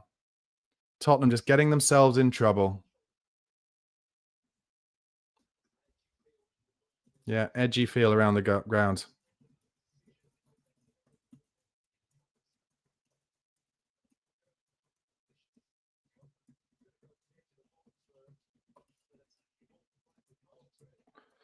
And Forster goes long this time. Solanke up for the header. And it flicks onto Son, who is fouled in the back. And that's a free kick for Spurs in central midfield. And they take it quickly to Kulusevski. He's got some space on the left up against Doherty. And Reguilon's getting outside him. But he goes inside to Son instead. Kulusevski now. Oh, I thought he might try a dink, but he goes to Reguilon, who's got a decent cross on him. But instead goes backwards to Gray. And it comes across to Dragusin. Spurs try and pull the ball out to the right now. But Dragusin, no options there. Oh, my God. And the crowd getting on Dragusin's back because he has to turn away. And Spurs kick the ball off. Such a lack of confidence in this team. And you can hear the crowd getting on the team's back as they go backwards and sideways. It is frustrating because Tottenham were in a really good position down the left there. And instead of getting a cross in, which we never really want to do, we end up going back to Dragusin and losing the ball in our own half. Archie Gray wins a good header there. Oh, but good second win from... Oh, dear, terrible tackle from Reguilon there. He didn't get any contact, luckily. And Wolves are in down the left now, and they have three men down the left. But thankfully, idiotically, a Wolves player takes out Pedro Porro off the ball. It was Alt Nouri, and that was idiotic from him because they were in a really good position down the left with an overload.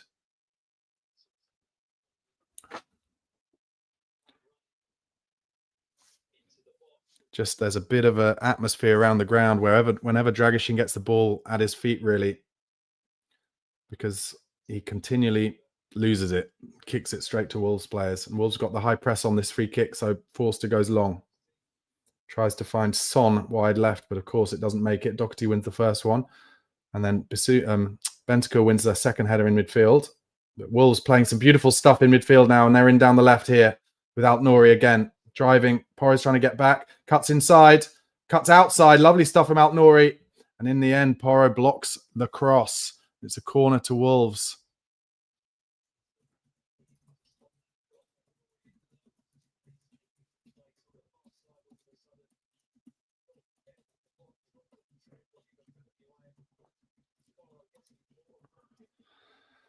Oh, Tottenham Hotspur letting Wolves get a head of steam up now. It's going to be an in-swinging corner. 60 minutes gone. Still Spurs 2, Wolves 1. Here comes the corner.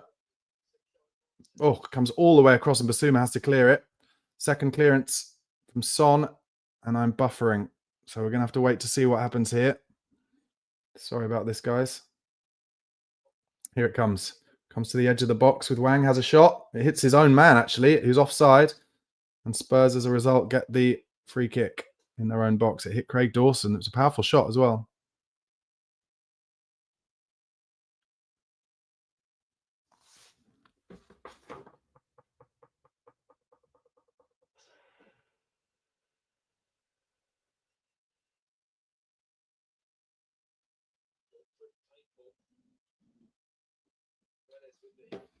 So it was Guedes with the hit, and it just hits Dawson right in the stomach. Thanks him for blocking that shot, because it would have been a, possibly a difficult one for Fraser Forster to deal with. And now Forster has the ball again, and neither Basuma or Bentancur are trying to give him options. And as a result, Wolves are happy for us to play it long, I'm sure. And here it goes again. The second time in a minute, we're going to try and kick it up towards Reguilon and Son, and it just goes straight out of play. And Ange is applauding it for some reason. Hearing me.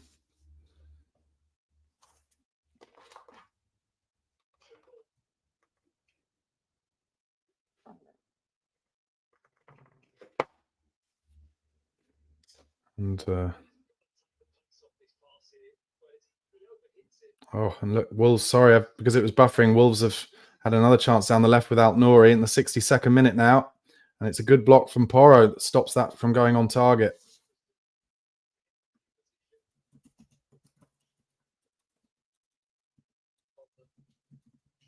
Tottenham can't keep the ball at the moment.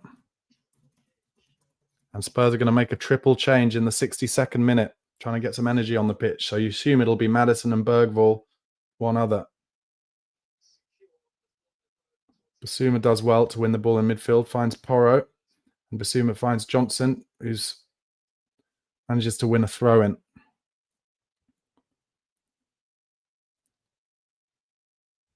Yeah, so it's Sarr, Maddison, and Werner. Son is coming off. Not really surprised at that.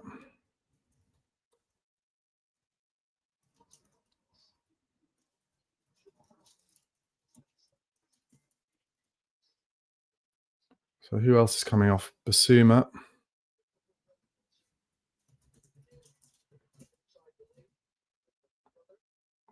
So it's Son, Basuma. Maddison takes over the captain's armband.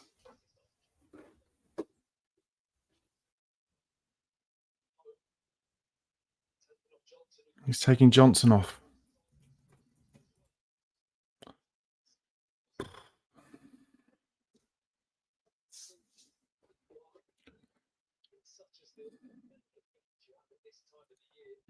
So now we have a more creative midfield than we did when we were winning the game now. Interesting from Ange. He's gone more attacking. So we've got Kulusevski.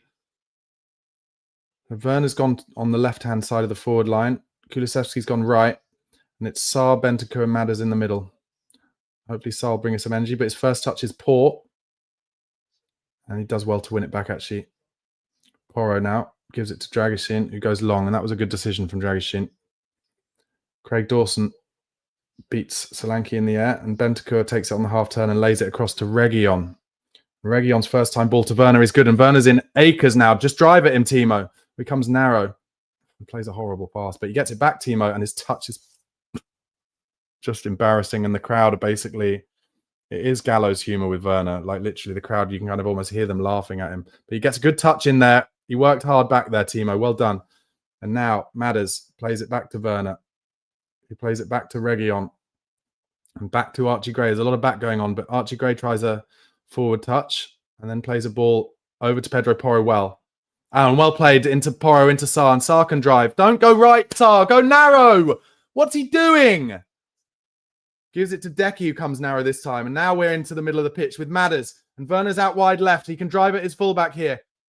Reguilon goes outside. Chance for Madders. Doesn't quite fall for him. Now a shot for Madders over the bar. Good football from Spurs.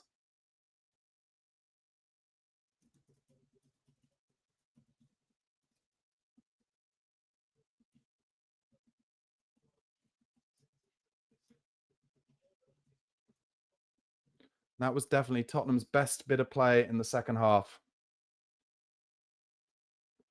Werner inside the box, laid it to Decky Kulusevski, does a little back heel to Madders on the edge of the box, left foot leaning back, well over the bar in the end, but that was better from Spurs. I did think, as Andre is down for Wolves, I did think there was a chance there for Pape Matar Sarr to drive inwards, but he went outwards instead. Joshua says, I need Spurs to hold this or score another for 3,500. Do something, lads. I don't know if that's dollars or pounds or whatever. Apec20 says, Son is 33 next year. I've said for years he's too old now, needs replacing. Stephen Murphy, Timo is world class. Smiley, laughy face.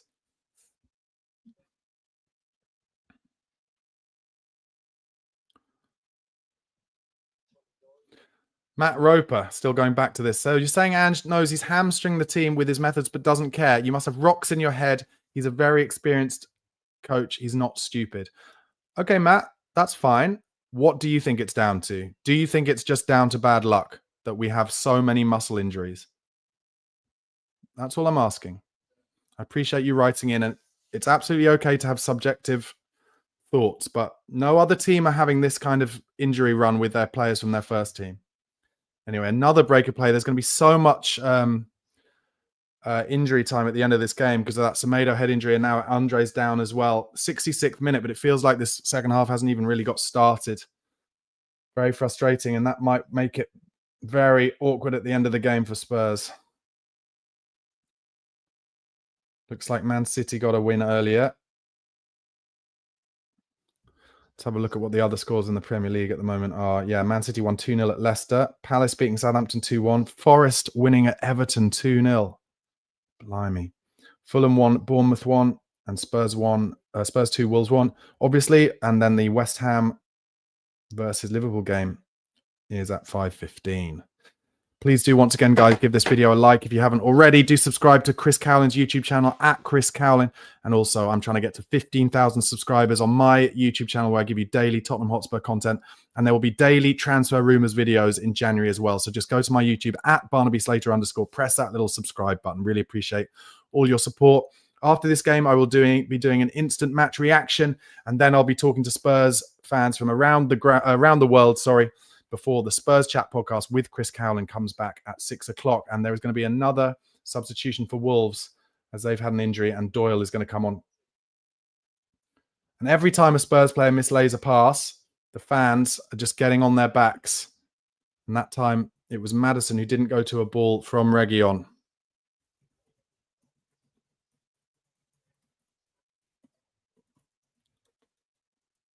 It's Andre who's gone off for Doyle.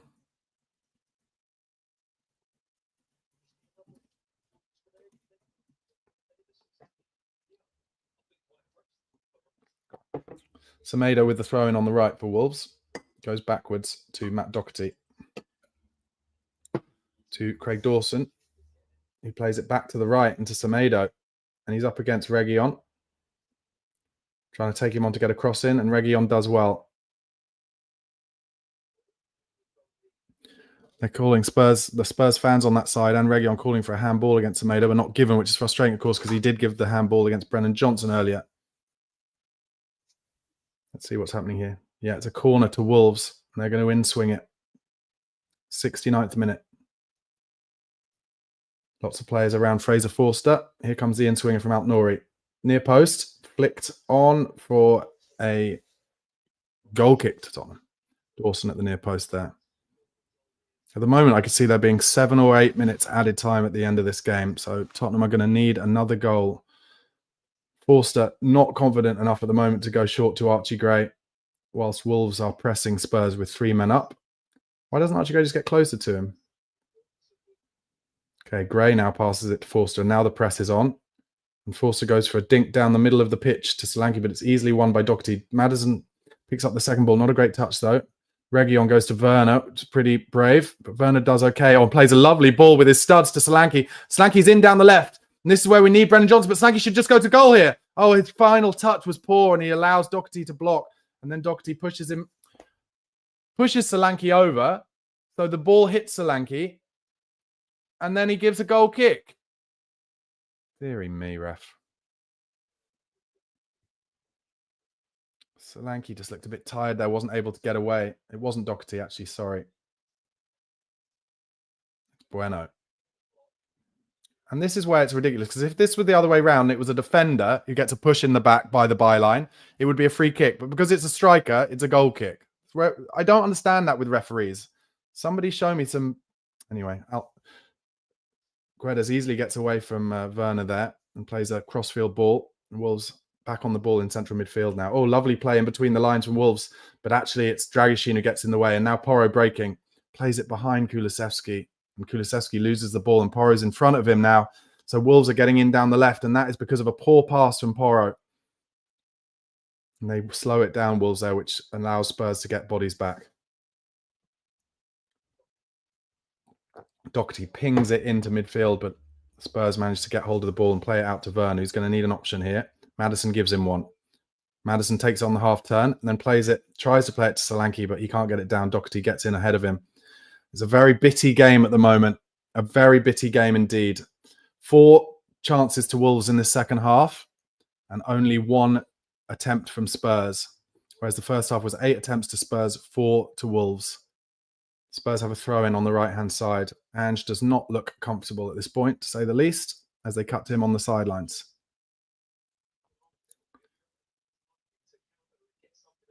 And Pereira is on his haunches, trying to think of tweaks he can make to get that equalizer. Porro driving in field and finds Pape Matar. That is a throw into Spurs. It's an ugly game at the moment, this second half. Fit for a team lacking confidence, I suppose. And just no movement for Porro when he's trying to take a throw in. And the fans trying to get behind Spurs now with a "Come on, you Spurs" chant. Eventually, he throws it into Kulusevski. And it's another throw in. Kulusevski trying to do it a bit quicker.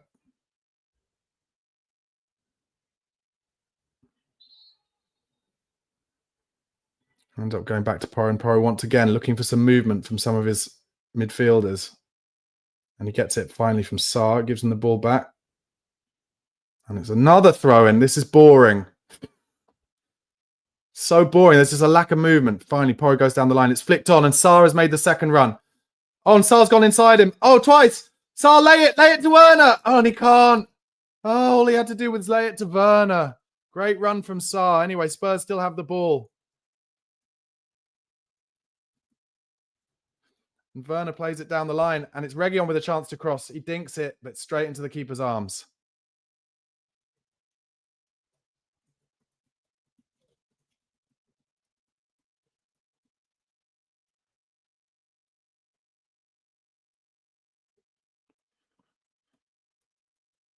And Wolves have the ball on the left-hand side now.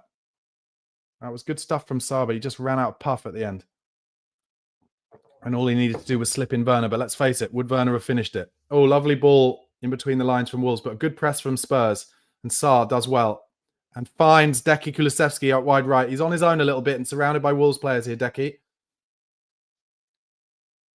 And it goes out. Well defended by Craig Dawson, goes out for Wolves' throat.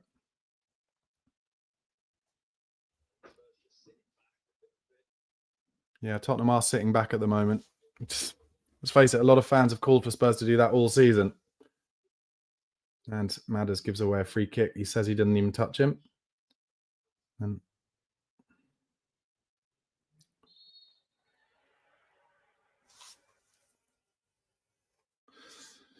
Wolves take the free kick now into midfield.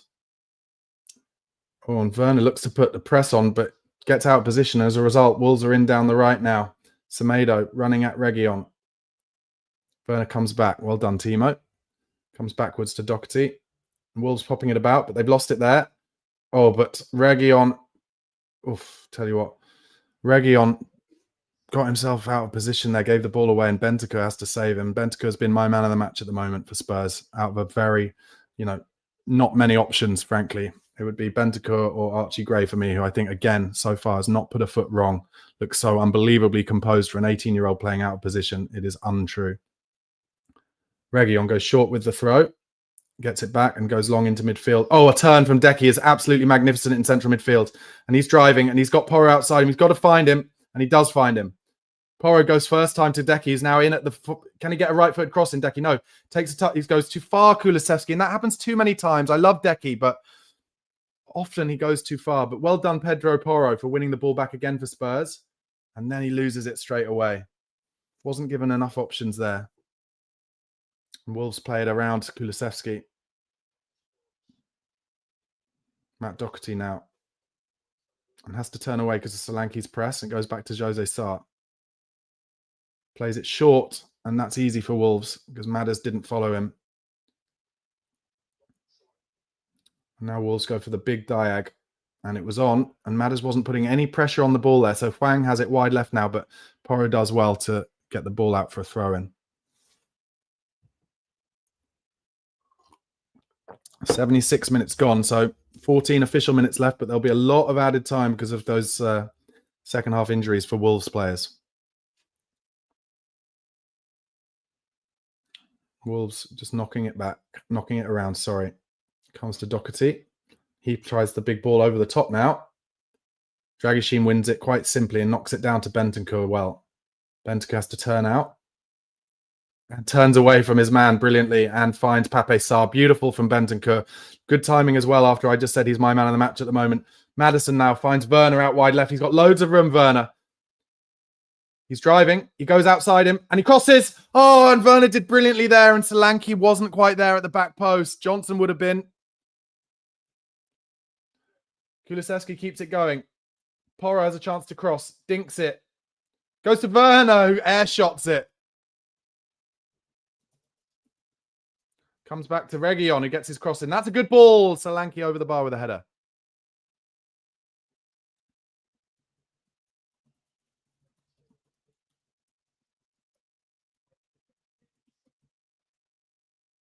Oh. Cross was actually deflected, and that's probably why it just doesn't find Solanke. Wolves make another sub, and Hwang has come off.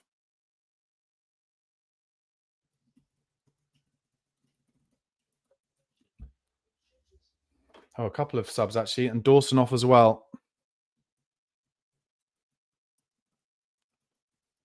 Forbes. So it looks like, to me, it looks most likely that Wolves will be changing formation a little bit here, maybe going away from their 5 at the back.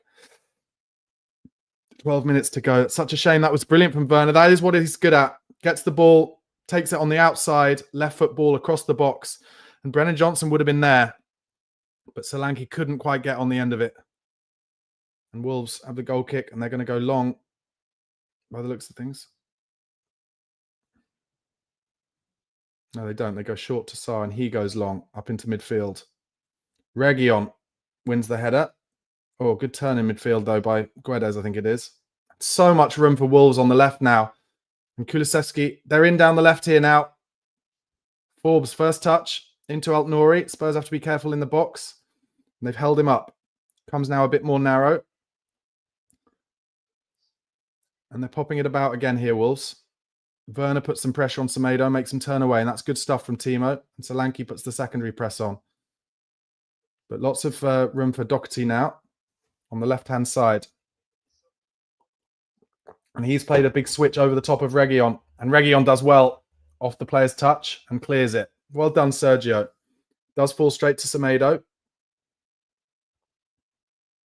Here comes a deep cross from Wolves. It's a good one all the way over the back. And Porro does well, gets it out for a throw-in.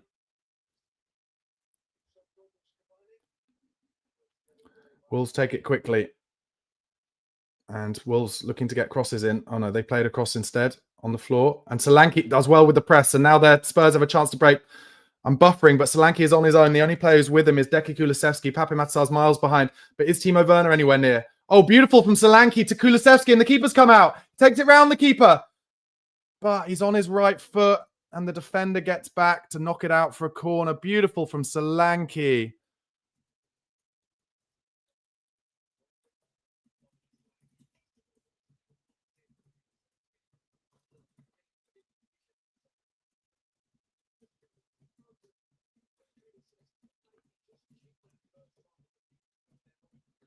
If that was on his left, that would have been a goal. Spurs take the corner quickly.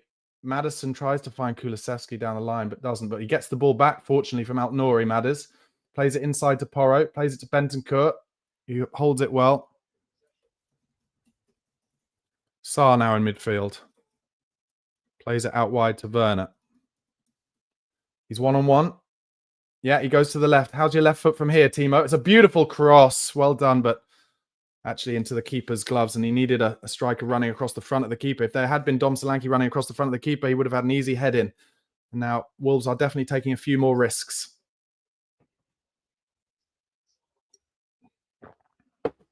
Spurs fans trying to keep Spurs going with chance.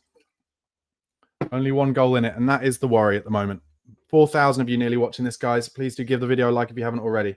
Wolves in down the right now. They try and get their cross in, and that's going to be... Oh, it looked like it nearly a corner. Oh, and Archie Gray has actually headed that back to a Wolves player in the box. It looked like it was going to be a corner, but it wasn't given. And Werner there, not strong enough in the 50-50. And Archie Gray, in the end, gets it out for a throw-in. It was a bit of an awkward moment there for Gray, but in the end, it comes to nothing, fortunately. But Wolves being a lot more kind of progressive with the ball at the moment than Spurs, who are looking to sit back and hit them on the break. Doherty now into midfield. And again, Wolves have room on the left-hand side.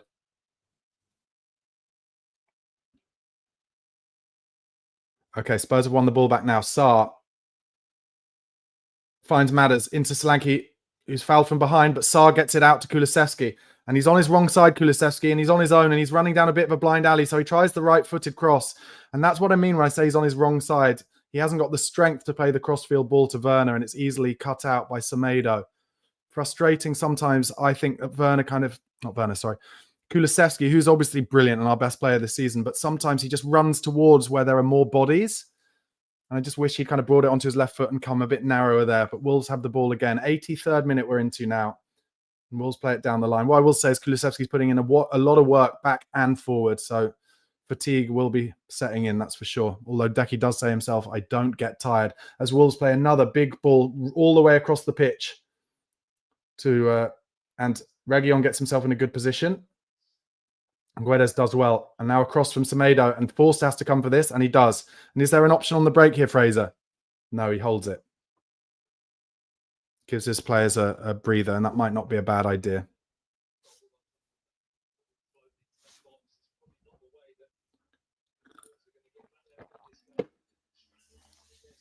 And Forster goes with the long one, right down the middle, looking for Kulusevski. He does get his head on the ball and holds it up by the looks of things. No, Doherty looks for a foul there, doesn't get it. Sarr putting the press on Altnouri. Spurs looking very leggy at this point. Very tired indeed. Sarr, he goes with the long ball now over the top of Reguilon. He wins the first one. Well done, Sergio Reguilon. Madders tries to take the ball on the turn, but isn't able to, and Spurs have lost the ball again already in central midfield. Guedes lays it outside, and he goes for the second run as well. Altnouri to Forbes, and Altnouri's outside him. Here they are. They're down the line here, Wolves. And Forster clears the cross with his foot. Wow. That was a brilliant cross from Alt-Nouri.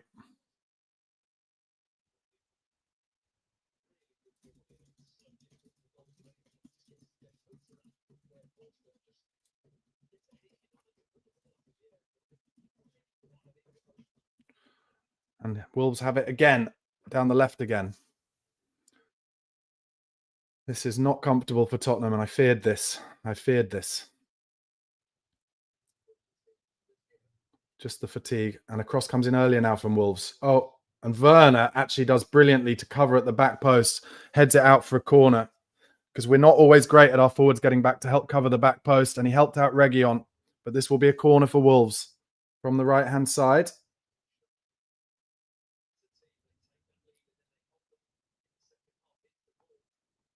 Got to say, that's well done from Fraser Forster. He had Larson just ahead of him, and there wasn't time for him to get down with his hand, so he just cleared it with his feet. Not dissimilar from that that one in the game where he'd made 2 mistakes and he had to make a secondary save with his feet. Anyway, this is going to be an in-swinger onto Forster's head, you would think. There are lots of bodies around him. Here it comes. Comes to the near post. Wolves player takes a touch. Too easy. Chance on the edge of the box here. Shot blocked. And now Spurs with Solanke breaking away. But he's got no one with him, Solanke. He does brilliantly to hold it up. Absolutely brilliantly. And Bentancur tries a ball through to Sarr. Spurs can't keep the ball at the moment. And Wolves try the big diag. And they're in on the left here, but Porro's got himself in a good position to block that ball. Well done, Pedro. 4,000 of you watching now, guys. Thank you so much for your support. Please do give this video a like. There'll be an instant match reaction straight afterwards, and then I'll be going around the world to speak to Spurs fans about this performance. But at the moment, it is squeaky bum time. Madders puts the pressure on. Doesn't quite win the ball, unfortunately. Fans giving a big chant of "Come on, you Spurs," as we enter the 87th minute. Bueno, out wide left. Alt-Nouri cuts in onto his right foot. Oh, beautiful ball into Larson. Big chance for Wolves. They've scored. Brilliant finish.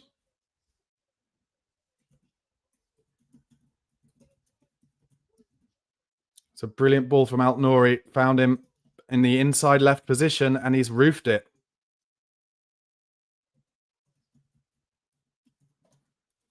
Roof of the net. And Alt-Nouri with his right foot, and he's not offside. And Forster, he's beaten at his near post. Might be disappointed with that. It's a brilliant finish. And I have to say, the way that Tottenham have been playing in this last 10, 15 minutes, just sitting back and waiting for Wolves to try and do something, and they do it. And now there's going to be a lot of added time, but I fear for this game for Tottenham Hotspur. I fear for it. It's a brilliant finish from Strand Larsen.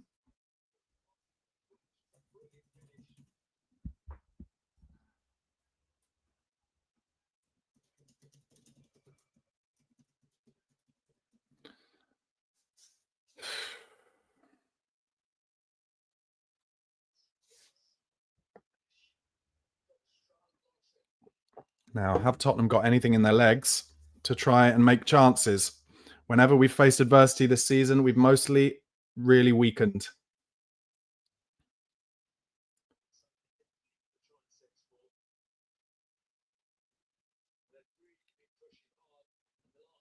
Now Wolves dropping off and allowing Spurs to have the ball. Reguilon into Werner. When did you think that would be our left-hand side? Possession last 10 minutes has been 71% to Wolves. Tottenham just unwilling to keep the ball. Oh, he's dinked it over. Sarr's in a good position here. Can he get across? Don't shoot there, Sarr. He shot at the near post and he was offside anyway.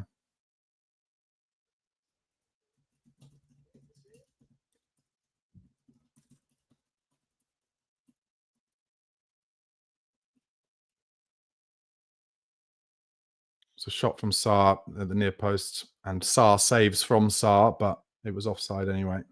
But I think Pape Matar, who had the shot, should have been crossing it from there anyway. The Wolves fans are now loving this. But I would say, personally, Wolves have deserved it, at least. And Tottenham have just been, you know, like I said, I fear for this game as Wolves break forward. They're in down the left here, Wolves. Here we go. Oh, and it's just a terrible final delivery. And actually, I think it's Pape Matar who gets his body in the way. And it's a corner to Wolves.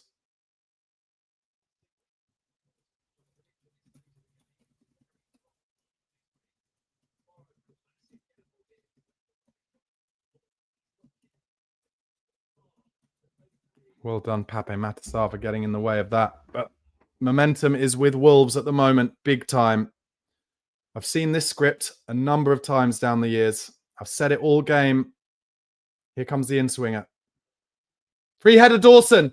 Forster saves. And then Werner gives the ball away straight away. And slides in.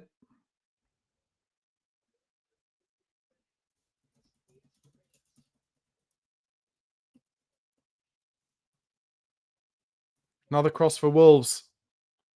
Headed out by Pedro Porro, but Wolves collect it. Oh, but then Solanke gets a block on. Can he be strong here? Solanke, he tries to flick it to Decky first time, and he shouldn't have done. 8 added minutes. I think one of these teams is going to win this. That's my prediction here. Free header for Craig Dawson, ex-West Ham player at the back post. Forster pushes it away. It's not a difficult save, but it's a save he had to make.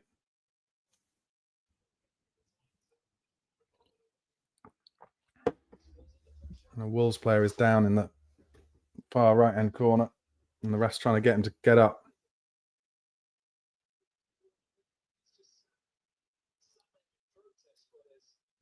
It's Guedes who's trying to waste time. So 8 added minutes. Just going to say to the Tottenham team here, how much do you want Ange Postecoglou to be your manager? Because these next 8 minutes, I think, will help decide it. I really do. Bentancur plays it to Archie Gray. Madders comes deep for him. Looking for a pass. Plays it to Timo Werner. His touch is short, and he gives it back to Madders. All Spurs players now are pretty much in front of the ball. Decky Kulusevski tries a cross from deep, and it's cleared easily. Bentancur picks up the seconds and plays a lovely ball out wide right. Great cross, chance for Sarr at the near post, and he's headed it wide.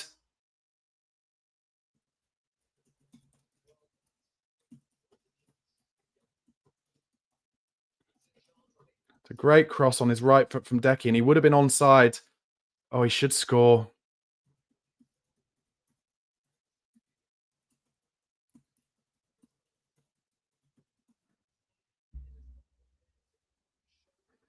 And it kind of, he shouldered it in the end, Pape Matar. In a way, you kind of want anyone but Pape Matar in that position. You want Solanke there to head it in.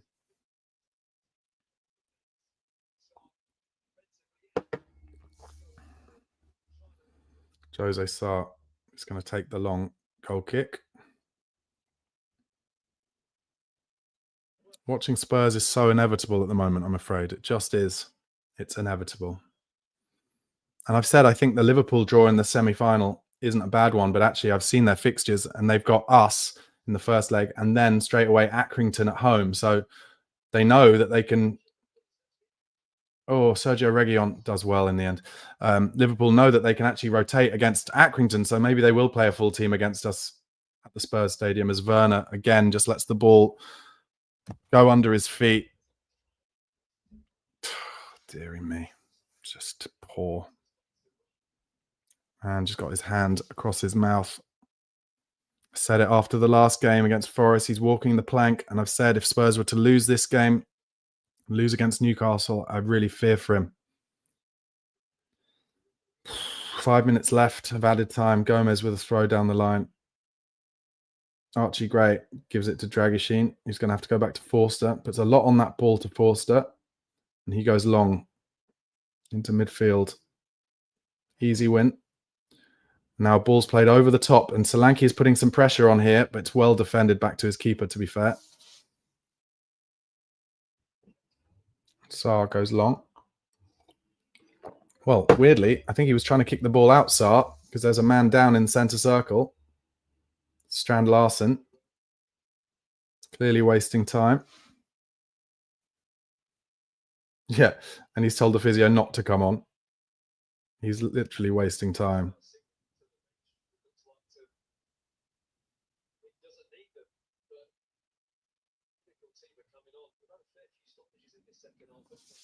How many times this season have we had this where teams are just happily wasting time at the Tottenham Stadium because they know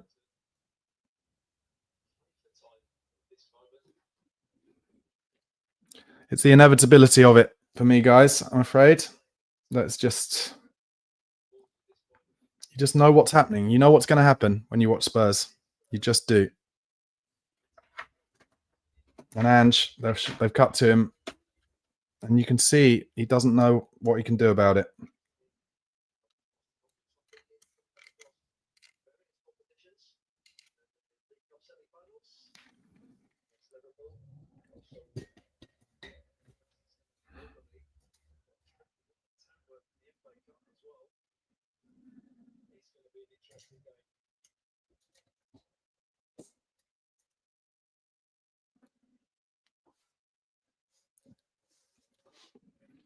Anyway, Strand Larsen is still down, even though he said to the physios, don't bother coming on because I'm not injured, but ref doesn't care.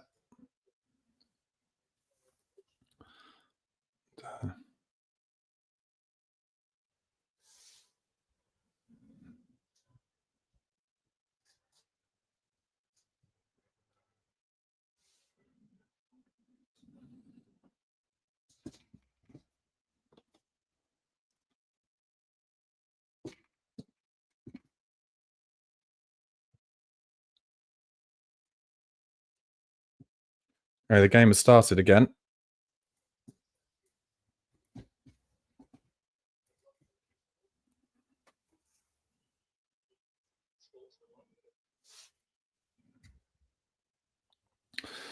Long from Wolves, and Spurs have let that bounce, but Reguilon gets it back to Forster. So there are 2 minutes left of the added, but you do wonder whether there'll be more than that added on because of Forest. Not Forest, sorry. Wolves. Spurs get the ball into the box, but nothing comes of it, and Wolves bring it out. Oh, and Bentancur has given away a yellow card, which will be him suspended.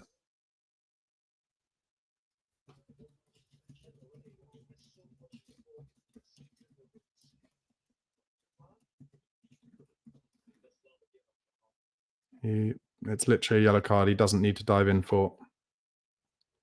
So late.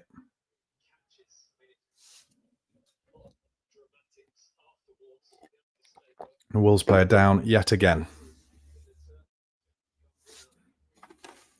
I think that's mad from Bentancur there. He's got to be... Yeah, and he's punching the ground because he knows. But he's been an idiot.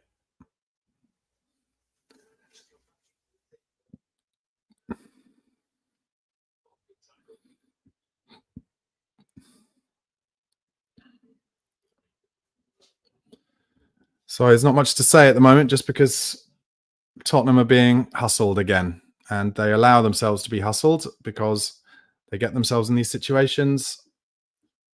They can't win games.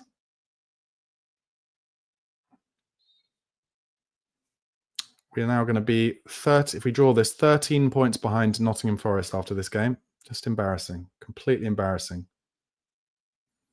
We'll start it again. Get it back to Sarr. Oh, God. And he tries something mental, but Werner pulls out of a 50-50. Fuck's sake. Sarr is being mental.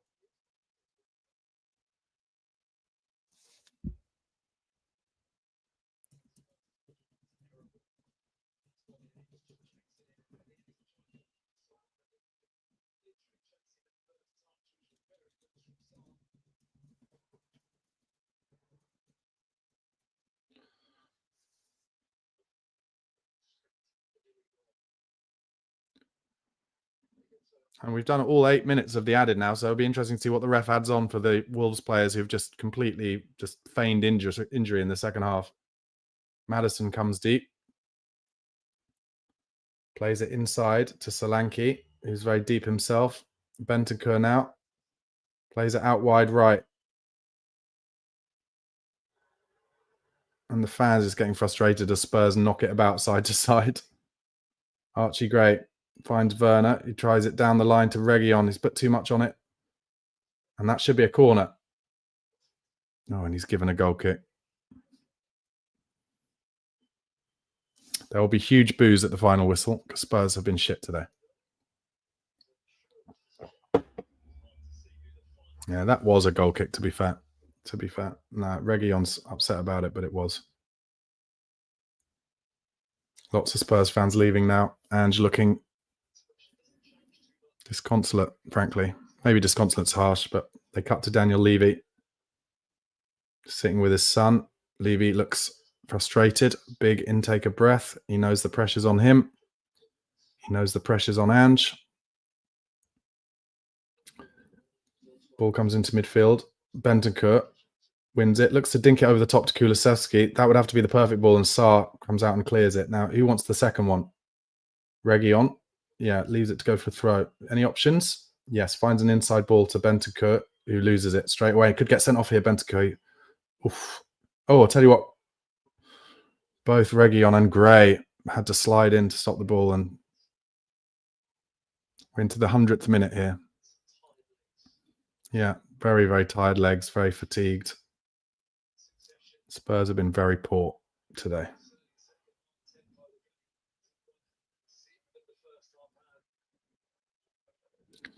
Archie Gray heads it to Maddison, who tries to turn on the edge of his box and succeeds, but not sure if he's gone the right way here, but he's driving Maddison. Good lad. Now, has he got any options? Oh, beautiful ball inside left to Werner, who goes for the early cross, and it's a deep one, but there's nobody deep, and that's where Brennan Johnson would have been. Oh, and he's given offside, the referee.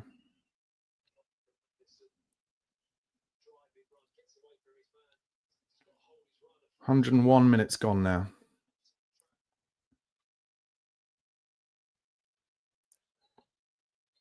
And that is the full-time whistle.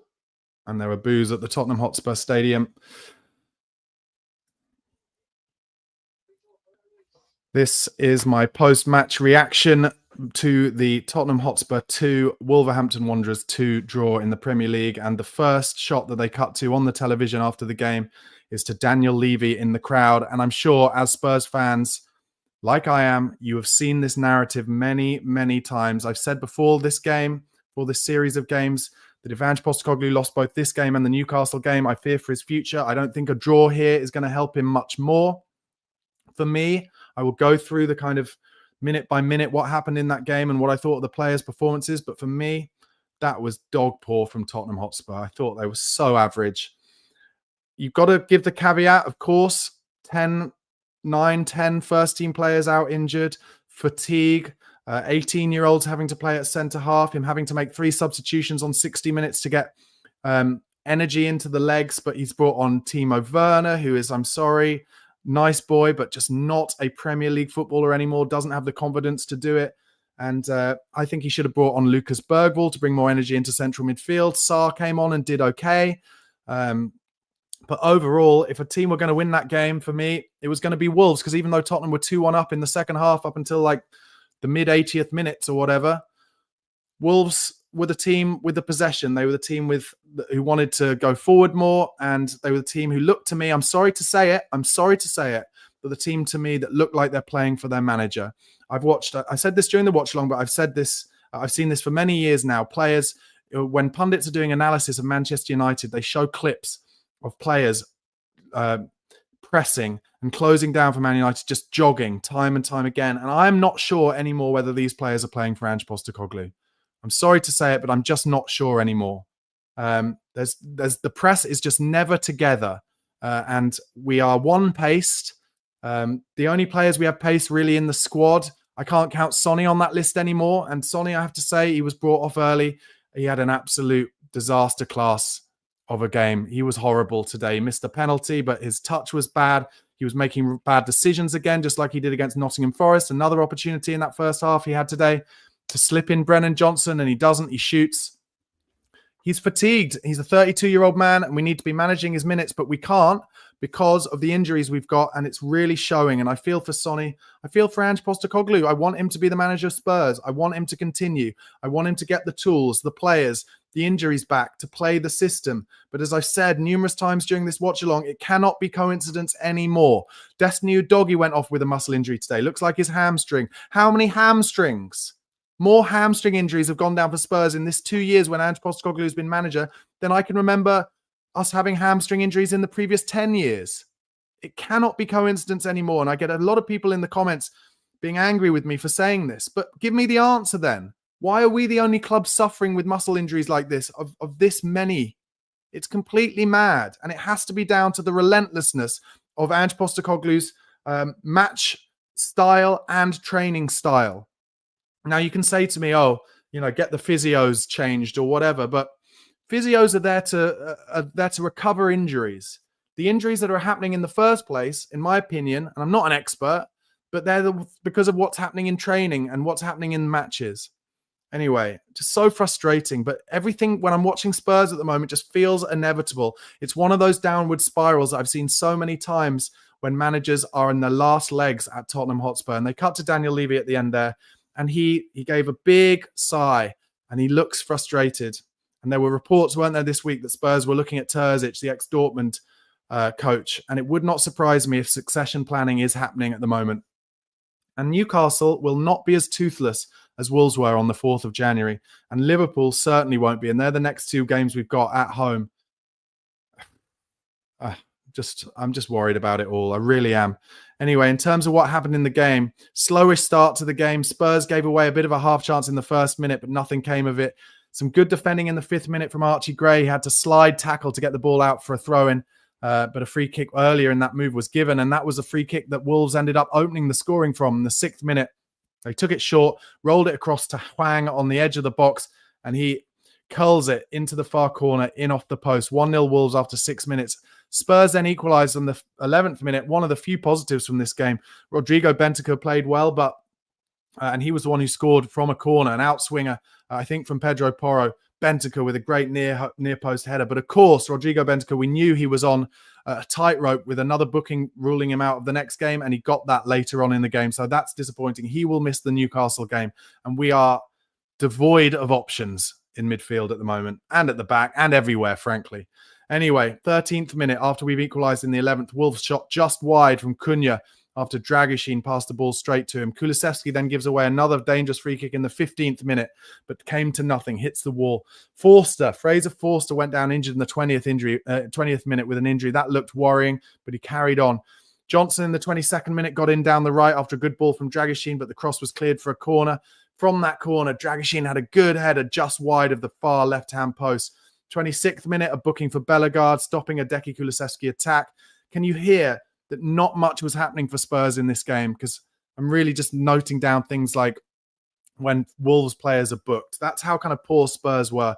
They made a good chance in the 29th minute, but Bentancur and Solanke got in each other's way and didn't even get a shot off when they had a chance to get a shot off from just inside the box.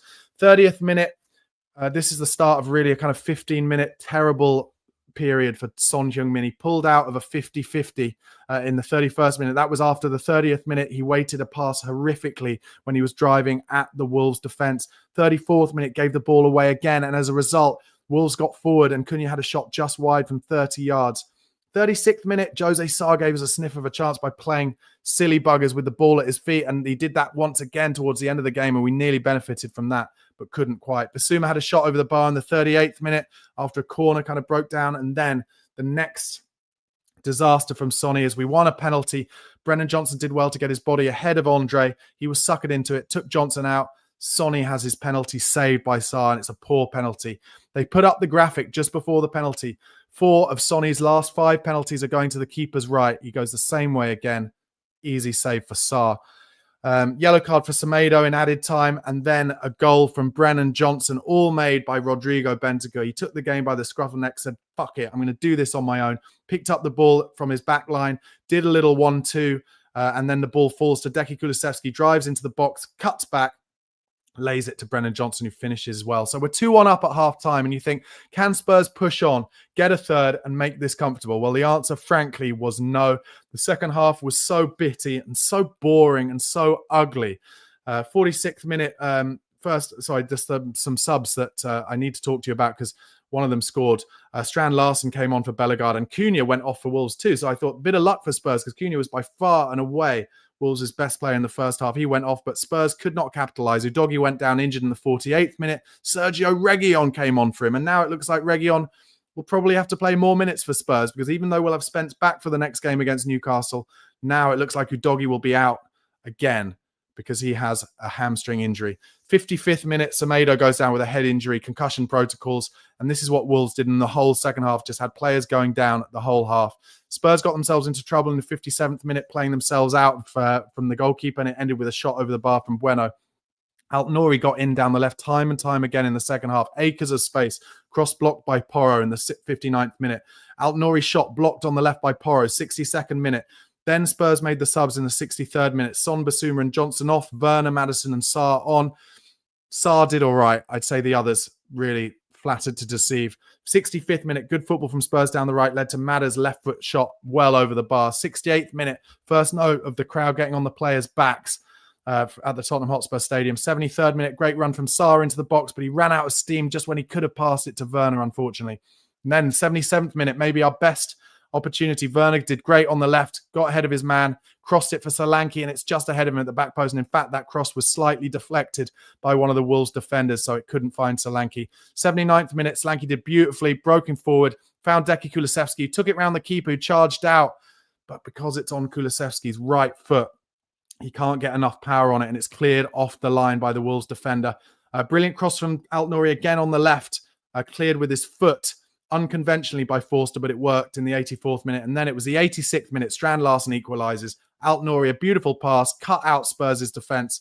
And Strand Larsen has a lot to do on the left-hand side of the box and roofs it inside Fraser Forster at his near post. He won't be happy with it, but he really did connect well. And then after that, for me, it just looked like Spurs were going to concede another one. Sarr did have a shot saved at the near post, but it was offside anyway. Then a huge chance for Wolves down the left again.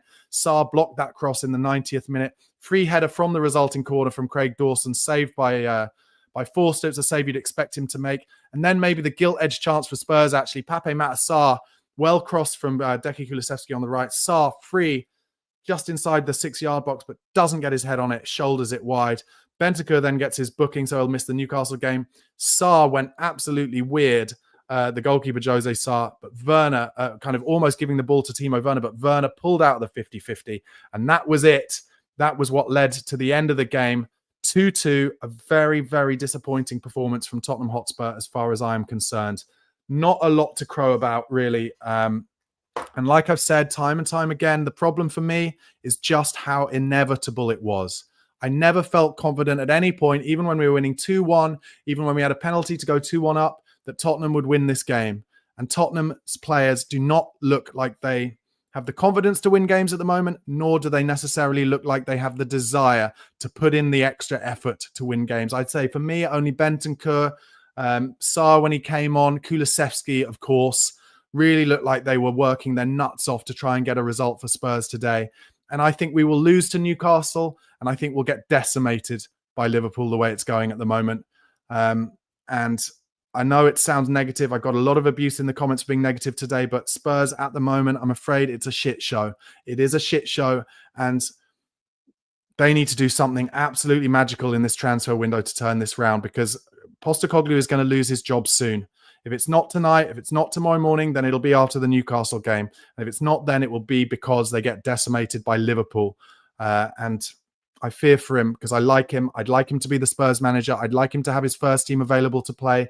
I'd like those rhythmic moves around the pitch to be back on like they were in the first 10 games of last season. But truth is, since that Chelsea game, after 10 games last season, it has been horrible. And if he gets sacked now, I fear not many Spurs fans, certainly not many Spurs fans from England anyway, will be saying that he didn't deserve it, because it's been a calendar year of dross. And yes, he's been unlucky with the injuries, and I feel for him on that front. But other managers find ways to grind out wins, even when you've got injuries, and we're not doing it. And it looks to me like the Spurs players aren't playing for him. That's all I would say. That has been my instant match reaction, guys. Thank you so much for watching. Do drop that video a like. Please do subscribe to the channel for daily Tottenham Hotspur content. Okay, guys. Still loads more content to come, though. and this is now the post-match fan show on Chris Cowling's channel, where I will be talking to Tottenham fans from all over the world. As I apologize to drop my headphones there, I'll be talking to Spurs fans from all around the world and asking them their opinions on that game. I have 9 Spurs fans to talk to, so let's get straight into it, shall we? And let me just bring up Lee. Lee, can you hear me, mate? How are you doing? I can. Hello from New York. Hello, New York. Lee, thank you for joining us. You just heard my post-match reaction, obviously there. Is there much you disagree with? Where do you feel Spurs are at right now? It's weird because I'm generally the sort of glass half full person, but I actually thought the first half, if you'd stopped it there, thought there was a lot to feel good about. I thought the press was encouraging. We came out fast. I thought Basuma seemed to sit a little deeper, which gave me a bit more confidence about midfield cover. We went long and direct a few times, which we mixed it up, which when you and I talked the other day, we were frustrated. There was no kind of changing. And I didn't think it was a penalty by any means, but I just thought there was encouragement. And Bentancur, I think just as an 8 is so much better than a 6 because he ends up doing the stupid tackles when he's a 6. But as an 8, he was the driving runs. It was the dictating play. So at half time, I was feeling good. I also thought, honestly, coming into this game, I thought we were going to get beat. So, it's always tricky when you're 2-1 up. You really should see it out. But my going in position was, we're probably going to lose this based on how many times have we lost to Wolves at home in the last few years. I think it's pretty much every year. So I think a draw is fair. It's just that when you watch the second half, it's everything you just said. I mean, it's hard to not feel that way. I don't know about if they're playing for him or not, but clearly I thought the subs were poor. I thought I wrote down Bergvall as well. Exactly. Lee, can I just ask you? You're probably a man of similar age than me. I think. Do you not feel like we're in a spiral that you've seen many, many times before when managers are about to lose their jobs? Yeah, that's a fair shout. I mean, if we think back to the last days of Hoddle or the last days of Yol or Pierce Boas or yeah. And I think the bit that's getting in the way of that, because by rights you'd be like, he's gone. It's a when, not if. But there's something about the circumstance of, some of the other firings have been when we've had a full team and we've been playing terribly. Ramos being an example. Yeah. But there are extenuating factors, but I don't know. It's very hard to keep a positive perspective when you see, I think you said the word about confidence and belief. Like, I don't think there's any confidence and belief, take injuries aside. So there is a downward spiral. You can't argue. It's just whether Levy's, if he has someone lined up or if he's just saying, look, what's the alternative? And it's hard. It's hard to know. Yeah. And, Newcastle, I think we do have nigh on a week. I think it's next Saturday, Newcastle game. But once again, Udogie going down injured. I've talked about it a lot and I got a lot of stick in the comments about this. But do you feel like it's just bad luck that we're getting these injuries, or in reality, it can't, in my opinion, it just can't be coincidence? Yeah, it can't be luck. There's no way it's luck. Who knows about the training? Armchair punditry. Like I wrote down, is it something to do with the pitches at Hotspur Way? Like, is there something where people are just getting? Is they too heavy? I just don't know. But it can't be a coincidence. And I think there's the initial injury piece. The bit that's worrying me more is this kind of bringing people back and then breaking down again. Like there's an initial injury piece, but then we have this sort of secondary window where pretty much how many players have come back and got injured within a game or two? Like that's actually worrying me more, which must be to do with how rehabilitation's going over there. So that there's something's not right for sure.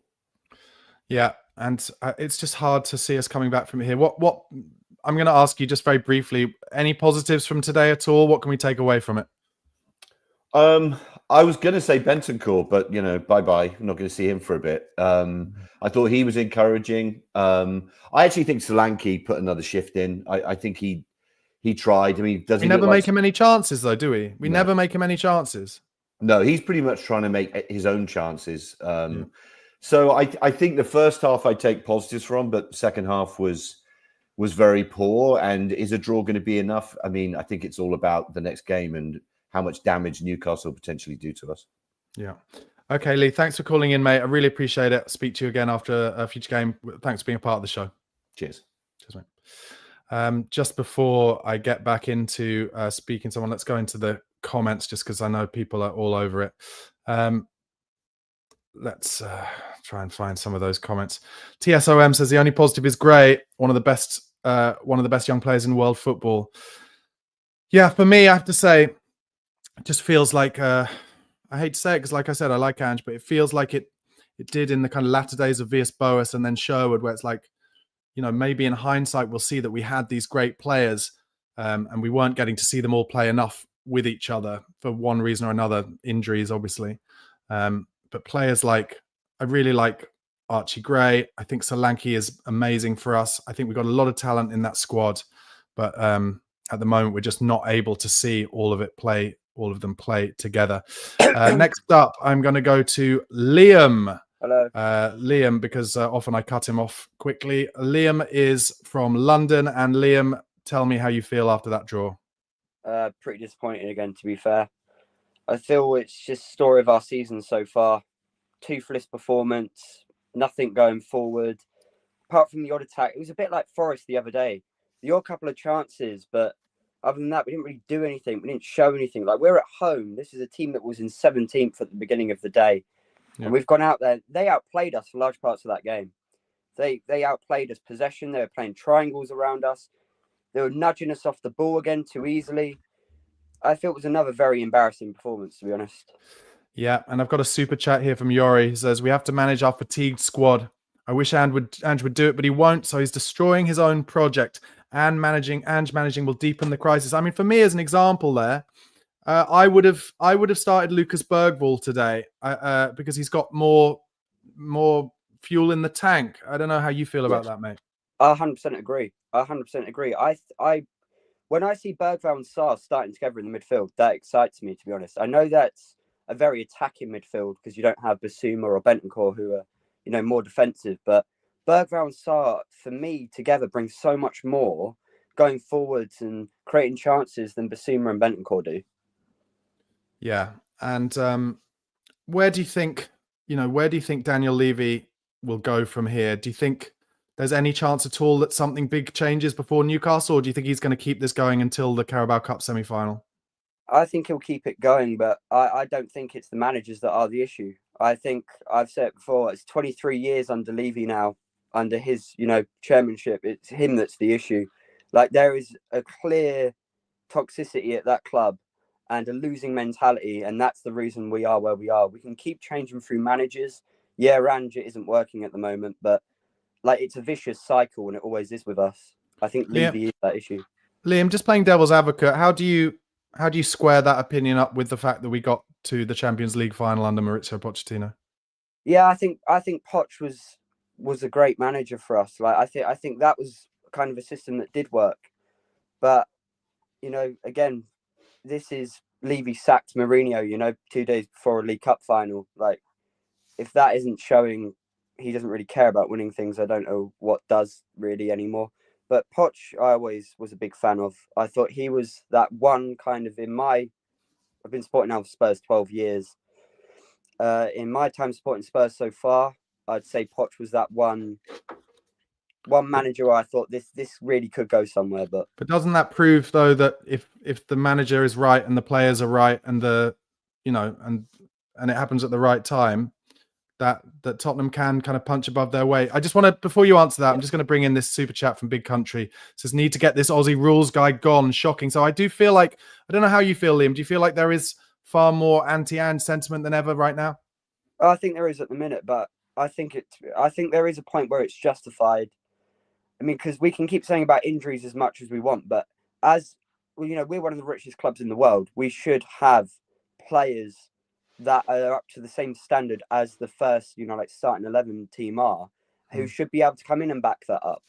And currently at the minute, like, I think we do have a very talented squad, but for whatever reason they don't gel. And I think that probably is whatever Ange and our coaches are doing on the training pitch.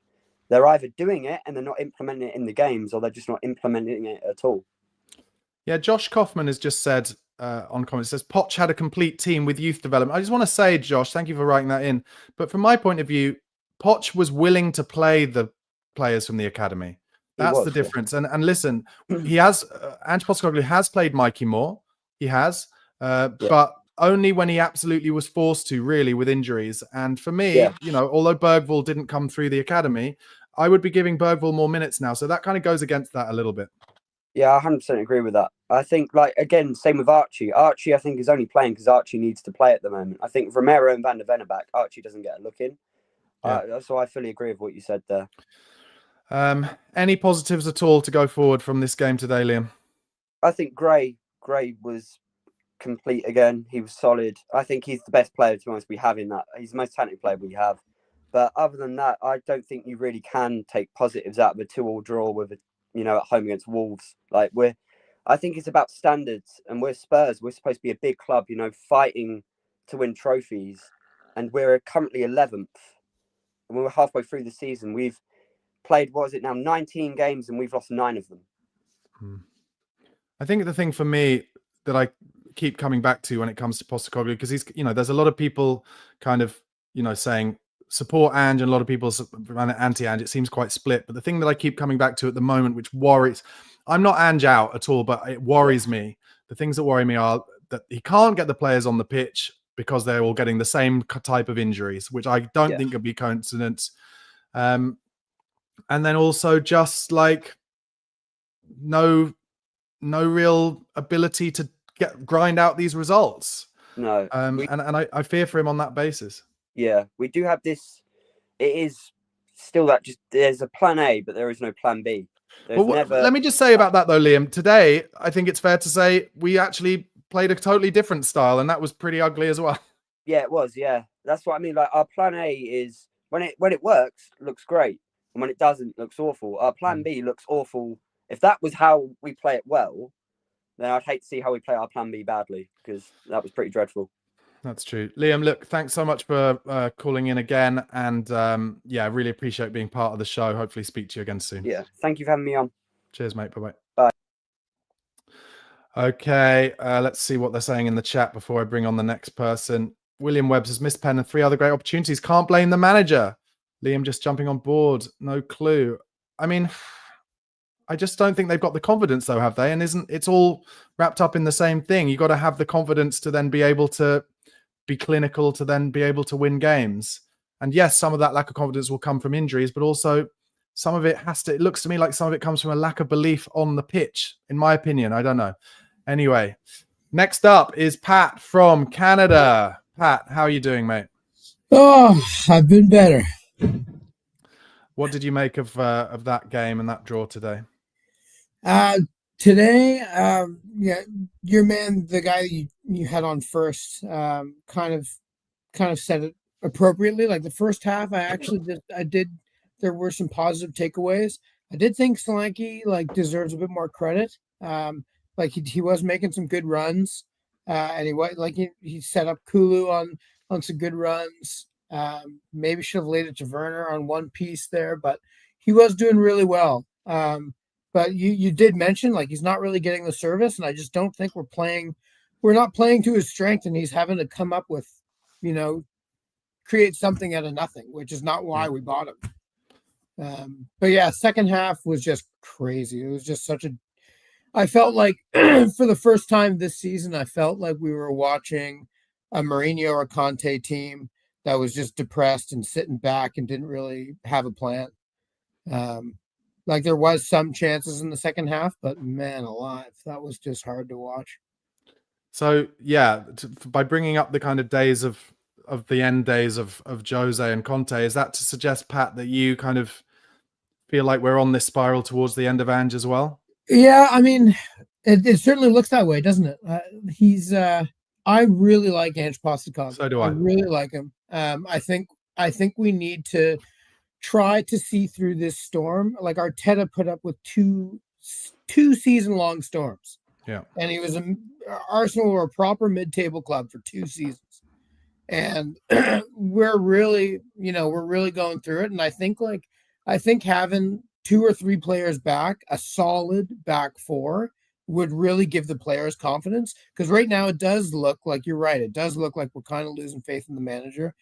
Son just looks like he's depressed and out of gas. Like it's hard to watch him play right now. I feel bad for him. Yori actually said in an earlier message, maybe earlier this week actually, or he said it to me anyway, that he thinks Son isn't playing for Ange at all and thinks he got upset with Ange when he threw Timo Werner under the bus. Do you feel like Son is just tired, or do you think he's not really into it at the moment? Well, again, it's tough because like Son like consistently plays for this badge, like consistently. He's like wears his heart on his sleeve. Everybody talks about it, and he's always said that he really enjoys playing for Ange. I think it's I can't say I agree. I think he's just like, I think he's really hard on himself, and he's just like really not happy at where he's at. He really probably he's probably unhappy with himself at trying to find solutions behind the scenes to help lift the team too, because he probably takes the role of captaincy pretty seriously. I'm not sure if he's got it out for Ange. I don't know. Where do we go from here? Let's say hypothetically, and it seems like the least likely option because it's not how Levy has worked before, but let's say hypothetically he sticks with Postecoglou and then Postecoglou loses the 2-legged semi-final against Liverpool. Do you think that's then curtains, or is there a chance that Levy just says, no, I'm just going to give Ange this season, the end of his kind of 2-year contract. I think it's a 2-year contract anyway, and then reevaluate. Oh, is it longer? 3, sorry. I think it's a 4-year contract. Oh, okay, apologies. But yeah, I think again, like we can't compete with Liverpool. Like, so that's going to be tough. Like, if we just say, here's your ultimatum, Liverpool 2 legs, man, like that's crazy, especially right now. Like, we just lost another player. More hamstrings are starting to tear. I think if Ange is actually telling the truth in his press conferences where they are desperately looking for solutions in the January transfer window, and there's actually big moves that can be made, things can be salvaged. And if we're out in the in the League Cup, that's a huge blow because we have worked so hard to stay in it and we've beaten big clubs. But I don't think we should get rid of Ange because we've lost a 2-legged race against the best team in the world right now. At full strength. Strength in form. It's tough. Well, we're not going to be full strength because the first leg is in a week's time. No, we won't. So what about the Newcastle game before then? What hope have we got for that? Because they are far less toothless than Wolves were, and even Wolves scored 2 goals against us. So who's coming back? I guess Richarlison and Ben Davies might be available. No, Ben Davies is out for another couple of weeks because he had a breakdown in training. So Richarlison possible to come back to training, but Richarlison breaks down every single time he comes back anyway. So really, nobody will be back, and Udogie will be out. So Spence possibly back, but Bentancur out for suspension. Yeah, I mean, like that Liam kid, he was saying some good stuff about having a bit of an exciting midfield in Sarr and Bergvall. That might be a good start, and then bring on some mature players to see if we can see through a win. But we kind of tried to do that today with Madison, and it just looked depressing. And now we're out on the left, and we've got Reguilon, who has never played in this system, has never even played for Tottenham under Ange Postecoglou, period. So I don't know. I can't really see us have. Is it an away game, Newcastle? No, it's at home. Oh, that's the only thing we've got going for us. So we need the fans. Like, we need the fans behind us in a big way. Otherwise, Ange might lose his job. I did see that rumor about Dortmund's old manager floating around this morning. He was telling some, Besiktas president was saying that that manager almost has an agreement with Tottenham or something like that. I don't know. I don't know if it's agent talk or not. I kind of hope not. I don't know. I really don't know. Pat, look, thank you so much for calling in. Really appreciate you being part of the show, mate. And I'll speak to you again soon. Cheers, man. Top man. Next up, I'm going to go.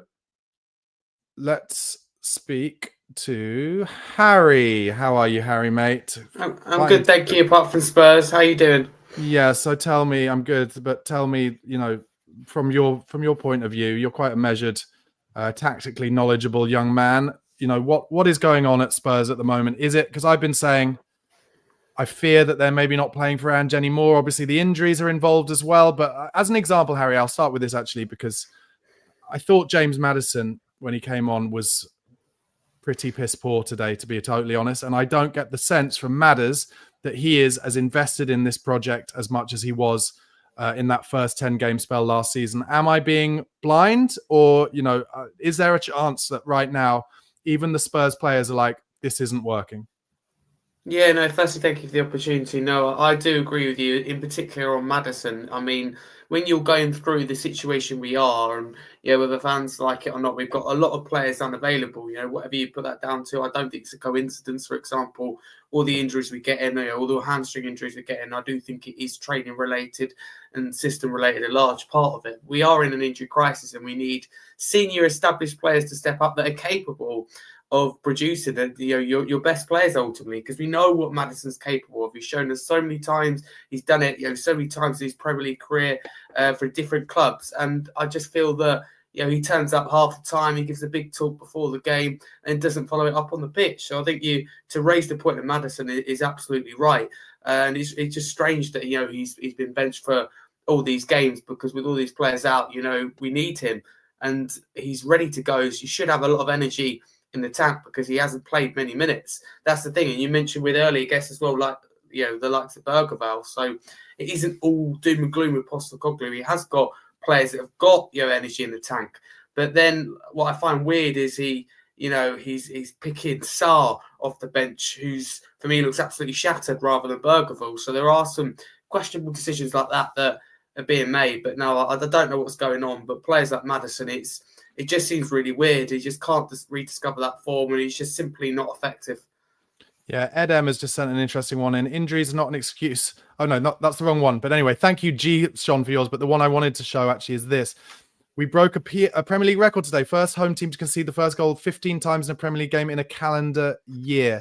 Now, Harry, talk me through, I can talk to you about, I can listen about the injuries and I can listen about, bad luck or whatever. But that's just not acceptable. I'm sorry, that's just not acceptable. And we are, we built a new stadium to have a fortress, the idea of having somewhere where we'd make it intimidating for opposition teams to come. And we don't. It's like we give them their biggest day out ever. Like that's another thing that I would add to the list of things that can't be a coincidence. Or can't be luck, sorry. Oh, Harry, you've gone. Are you back, Harry? Okay, Harry has cut out, so I'm going to have to take Harry away for now. But Harry, call back if you get back here. So I will go straight away then to Steve. Steve, can you hear me, mate? Yeah, I can. Can you hear me? Yeah, thanks so much for getting in touch, Steve. Really appreciate it. And Harry, if you're listening to this, make sure you give us a call back because I'll get you back in. Steve, thanks again, mate. So I was just saying there, and I'll bring it to you, it just can't be coincidence as far as I'm concerned that Tottenham are conceding the first goal at home in every game so often. There is a problem. Oh, definitely a problem. Yeah, it's mentality, I think, because so many times last season we conceded the first goal and then we came back. But we can't just keep doing that because, like this season, we've lost so many games because in the first goal all the time. Do you know what I mean? We can't keep relying on our ability to get back because at the moment we're just not doing that. And Steve, where are you at with the manager? I want to be Angian. I want to support him, but if it continues, then you just have got to say enough's enough. He's got to go because something's clearly not working. Whether it's the training, and things like that, and during matches as well, it's just something's just not clicking at the moment. So, and I don't know what it is, but it's getting really, really frustrating. So I thought today, first half, like one of your previous guests said, we played really well, but then in the second half, there was always that in my mind. I was like, we're going to concede again. We're going to concede again, like we always do. We're not going to see this now, and it proved right again. So, yeah, cool. I'm going to ask you a cynical question here, but do you think there's a chance that if a different manager comes in, suddenly, kind of almost magically, a lot of the players on the treatment table become fit very quickly? Because you do see that at football clubs, and I've read enough kind of ex-footballers' autobiographies to talk about how, players will be more injured when they're not as motivated to play for someone. Yeah, I mean, if a new manager came in, yeah, we could see a lot of players coming back, being miraculously fit again, and you'll get that new manager bounce. But then 6 months, a year's time, we could have the same problem again. You know, results don't start going the way we want them to. Training gets tougher, more injuries happen. It just seems like a vicious cycle. So whether or not the medical staff aren't up to scratch, because, you know, we rushed Van der Ben and Romero back for the Chelsea game, and they were both off injured by, you know, half an hour or so. Whereas if we kept them back, we would have them back now. So sure up our defence. But yeah, I don't know. I think, like the previous guest said, you said, are they playing for Ange anymore? I don't actually know if they are. So what do you think Levy will do? What he always does, sack a manager and then try again. But I think the problem is, Levy not putting enough money. Because I read somewhere the other day, I don't know how true this is, but apparently there's only 30 million available for the January transfer, so they're going to be looking at loans or free agents. But I don't know how true that is. It could just be online rubbish, but that's what I heard. 30 million. That scans with the amount we tend to spend in January, because usually either we're doing a deal for about 30 million, which is kind of what Dragishin came in for, or we're doing like a loan deal where we'll pay in the summer, which is what we did with Porro when we brought them in earlier. And then Kulusevski and Bentancur, I think, were probably, 30 million together or a bit more. I'm not sure. But saying about us conceding 15 times first goal in the calendar year at home, the last time we actually went a whole season unbeaten at home was the last season at White Hart Lane. So, and what was that, 2017 under Pochettino? We just don't seem to be out even at home. You think, all right, yeah, we'll be okay, but we just don't seem to be doing well at home anymore. Like you said, the stadium was built for to be a fortress, and it's not. Teams come there and think, oh yeah, well, you know, we can get at them. Like Wolves today, I know they've just had a new manager in, but they played really, really well today. Yeah. Muscled across the ball, created chances, and we look like the away team struggling today. Steve, I'm just going to bring in a comment here from George. Thanks for writing in, George. George says, we need to stop this narrative of the players not playing for the manager. It's totally unfounded. Okay, well, listen, the only reason I bring that up, George, and like I said, thank you so much for writing in, is because I don't see the team pressing together all the time, and I see a fair amount of jogging around the pitch going on. Am I seeing that wrong? No. I mean, there are a few players that are doing it, i.e. like Solanke, for example. He was excellent again today. I thought Archie Gray was brilliant today as well. Bentancur, although if I'm the manager and I know that Bentancur's one yellow card away from being suspended, I would take him off before the end of the game, where it's getting stretched, tackles are flying in like he did. He didn't need to make that challenge in the 94th, 95th minute. Do you know what I mean? And now he's suspended for another game. Like you say, and Doggy injured again. Do you know what I mean? So, but they're not pressing as a team. Definitely not. You can see that. A few of them are. Individuals are, but no, not as a collective team anymore. Not like the first 10 games last season where everybody was on it. Do you know what I mean? And then, so yeah, I don't think they are playing. They're not. You can see it. Like you said, happened with Mourinho, Conte, to a degree, Pochettino towards the end as well. Do you know what I mean? They just stopped, doing what.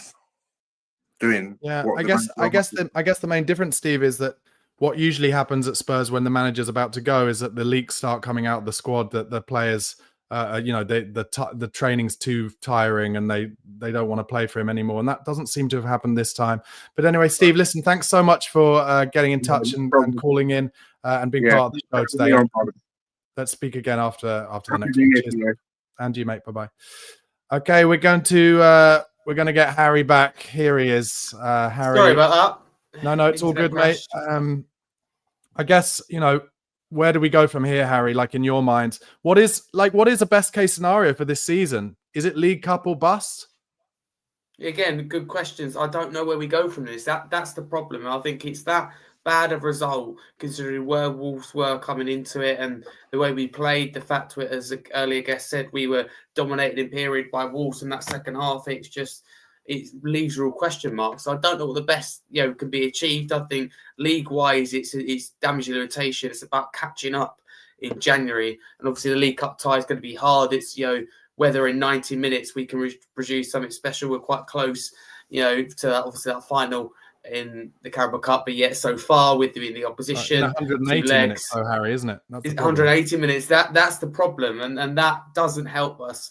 And we know what we're like. We can be really good, but also we can be really bad. And I think we showed that really bad side at times today, in particular, just our vulnerability. Some will say, of course, that's flexibility. Europa League, it gives me maybe a little bit of a chance that should be one of the better teams in it, but I don't think we'll make that easy to even progress out the group. So I'm not sure. It feels like the season's already petering out before we get to the new year, which is of course a real shame. So there's lots of question marks, but this result will just pile pressure on Postecoglou more than ever, and I don't know whether I make it through this week, if I'm totally honest with you. Yeah, and in the instance, Harry, if he didn't make it through this week, where do you think we're going next? That's the thing. I think it would be Ryan Mason temporarily. I don't think they have someone lined up at the moment. And that's the problem. And January transfer window, you want the manager, whoever it may be, to have the whole window, to have their say, because whoever is the manager, this is a massive window either way, because the club isn't where it wants to be. It's not where any of us want it to be.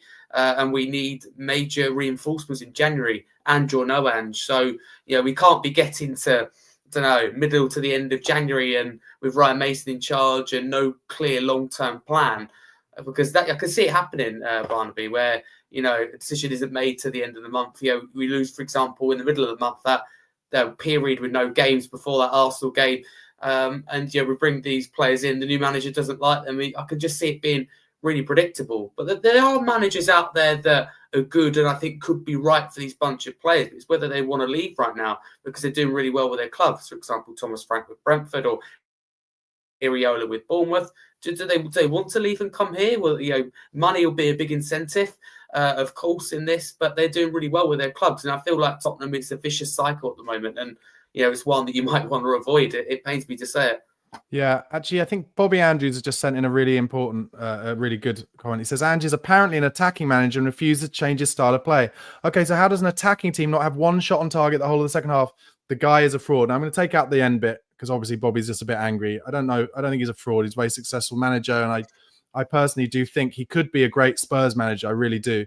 But the reality now is that we're getting into is I do think things are a bit more nuanced than they were even a few games ago, where actually I think Ange is tweaking it. And we did just try and sit back and hit Wolves kind of on the break, especially in that second half, and try and kind of save their legs because there's so much fatigue in it. But for me, that I think creates problems for Ange as well, because if he's trying something different and that's not working either, then he's running out of excuses.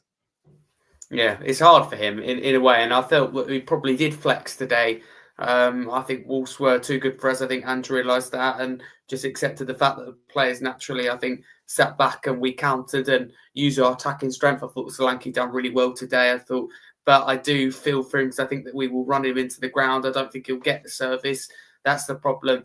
But the issue that Ange creates himself is after the game, he won't accept, that he has flexed in this game, and he'll be quite naive, and it'll be all about his system and philosophy. You can flex in game, but still keep the philosophy. He's so worried about losing that. I think you can still have your philosophy and way of playing, but you adapt to win games because it's results-based business. That's what his job will be, judged on at the end of the year, be judged on right now by Daniel Levy and the board. So it's about getting those results. I think he did flex today, but if he's currently, I think, as we speak, doing his post-match interview, he won't have it that we flex like he wouldn't have it with the set piece issue. I'm pretty sure that he would have gone away and worked on a few things because it looks like we no longer take part in zonal marking and generally a little bit better. Not obviously, haven't got the full package and dealt with the problem completely, but a little bit better from set pieces. Of course, not today, but he won't accept that. That's the problem. He creates a lot of these problems, Barnaby, for himself, and I think he gets a lot of unnecessary criticism, but he does create problems for himself and stubbornness, which was Antonio Conte's downfall in the end. Harry, is there any chance at all that Daniel Levy is just saying to himself, I'm going to give him the whole season come what may, and hope that by magic, me doing this different thing that I've never tried before will result in silverware and an Arteta-like, grabbing a career from the depths of what looked like for Arteta, him going to be sacked, and maybe the similar thing could happen with Ange? That's what I hope will happen. And I keep telling myself I'm still like yourself, Barnaby. I'm not Ange out at all. I believe in being patient. I don't think appointing a sixth manager in 6 years is the right thing to do. I don't think, a lot of people think Ange, sack tonight, bring in a manager all rosy and, all of a sudden we're going to get top four, we're going to win these trophies. It's not going to be like that. It's going to be painful and go back to square one. So an ideal situation, we do stick with Ange. But I think Levy will review it a game-by-game basis. He won't like the fact that we're now 14 points behind Nottingham Forest, in second. He won't like that. That will really turn his stomach at night. And that's the reality. And, as fans, maybe we don't necessarily think about that. I don't look at the table too much. I look at, how we're playing and results. And ultimately, you mentioned there, it's not all down to injuries because it's been an awful calendar year. And I think that's the reality. The stats aren't good, whatever way you look at it. And even in the last 9, you obviously 2 wins. But I think the bigger picture is important. Like, out of a possible, I think it's something like 141 points. We've only got 64, for example. So, the bigger picture is that's, not good enough, and like 30 points for the last 78 available. So it does go a little bit beyond injuries. It does come back to Ange creating the problems for himself. But this game will leave question marks bigger than ever over his future. I don't think the weekend's game against Newcastle affects his job drastically, because it does if we get absolutely pumped, Harry, and we might get pumped. Of course, that's where it does, but we go into it with not a lot of expectation. So we come out of it losing 1-0. I don't think his job situation's going to change. But today, the reality is we should be winning this game. We didn't, and we got turned over in periods in that second half. So not good at all, and only a few positives from individuals to take out of it, but there's plenty of negatives too. Harry, mate, thanks for being a part of the show today. Really appreciate it. I'll speak to you after the next one, I hope. Thank you. All the best. Happy New Year. See you later, mate. Bye. So, guys, we're just coming to the end now of the post-match fan show. And that was come at the end of the watch-along as well. And Tottenham fans are split. Well, they're not split on one thing, and that is that today was absolute and utter dross. I don't think we deserved a win. We didn't get a win, and we could easily have lost that game. Where we're split is on the future of Ange Postecoglou. Obviously, I think everyone's kind of together in thinking that Daniel Levy has a big part to play in what's happening at Tottenham at the moment. But it's whether Daniel Levy can stomach sitting up there watching the very, very apathetic performance, I'd say, by a lot of those Spurs players today. And then there is a big half, I'd say maybe even more than half of the Spurs community, certainly in the comments today, just saying like Ange Postecoglou is not a good enough manager. And at the moment, for me, I want it to work for Ange desperately. I really do. But it is not looking good for him. Anyway, guys, there is more Tottenham content coming your way with the Spurs Chat podcast starting in just 6 minutes' time.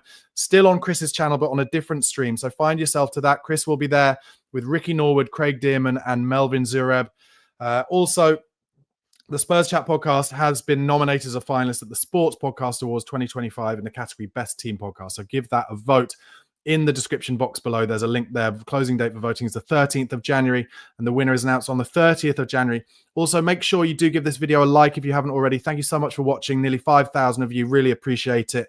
Also, make sure you subscribe to Chris's channel at Chris Cowlin on YouTube, and for daily Tottenham content and transfer window content with me at Barnaby Slater _ on YouTube.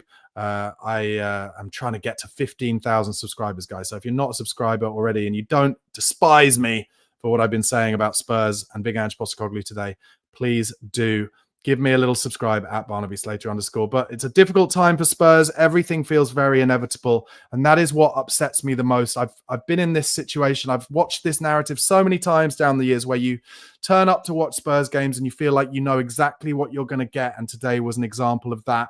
And that is why at the moment, I said it after the game the other night when we lost to Nottingham Forest, and it was inevitable. It feels inevitable now.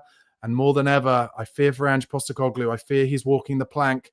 And Daniel Levy will have to be incredibly strong if he's to give Ange Postecoglou the rest of this season and hope that he comes out of it somehow, miraculously, with a trophy. But Daniel Levy has never showed himself to do that before. And will he do it now? Who knows? But I hope he does. Come on, you Spurs.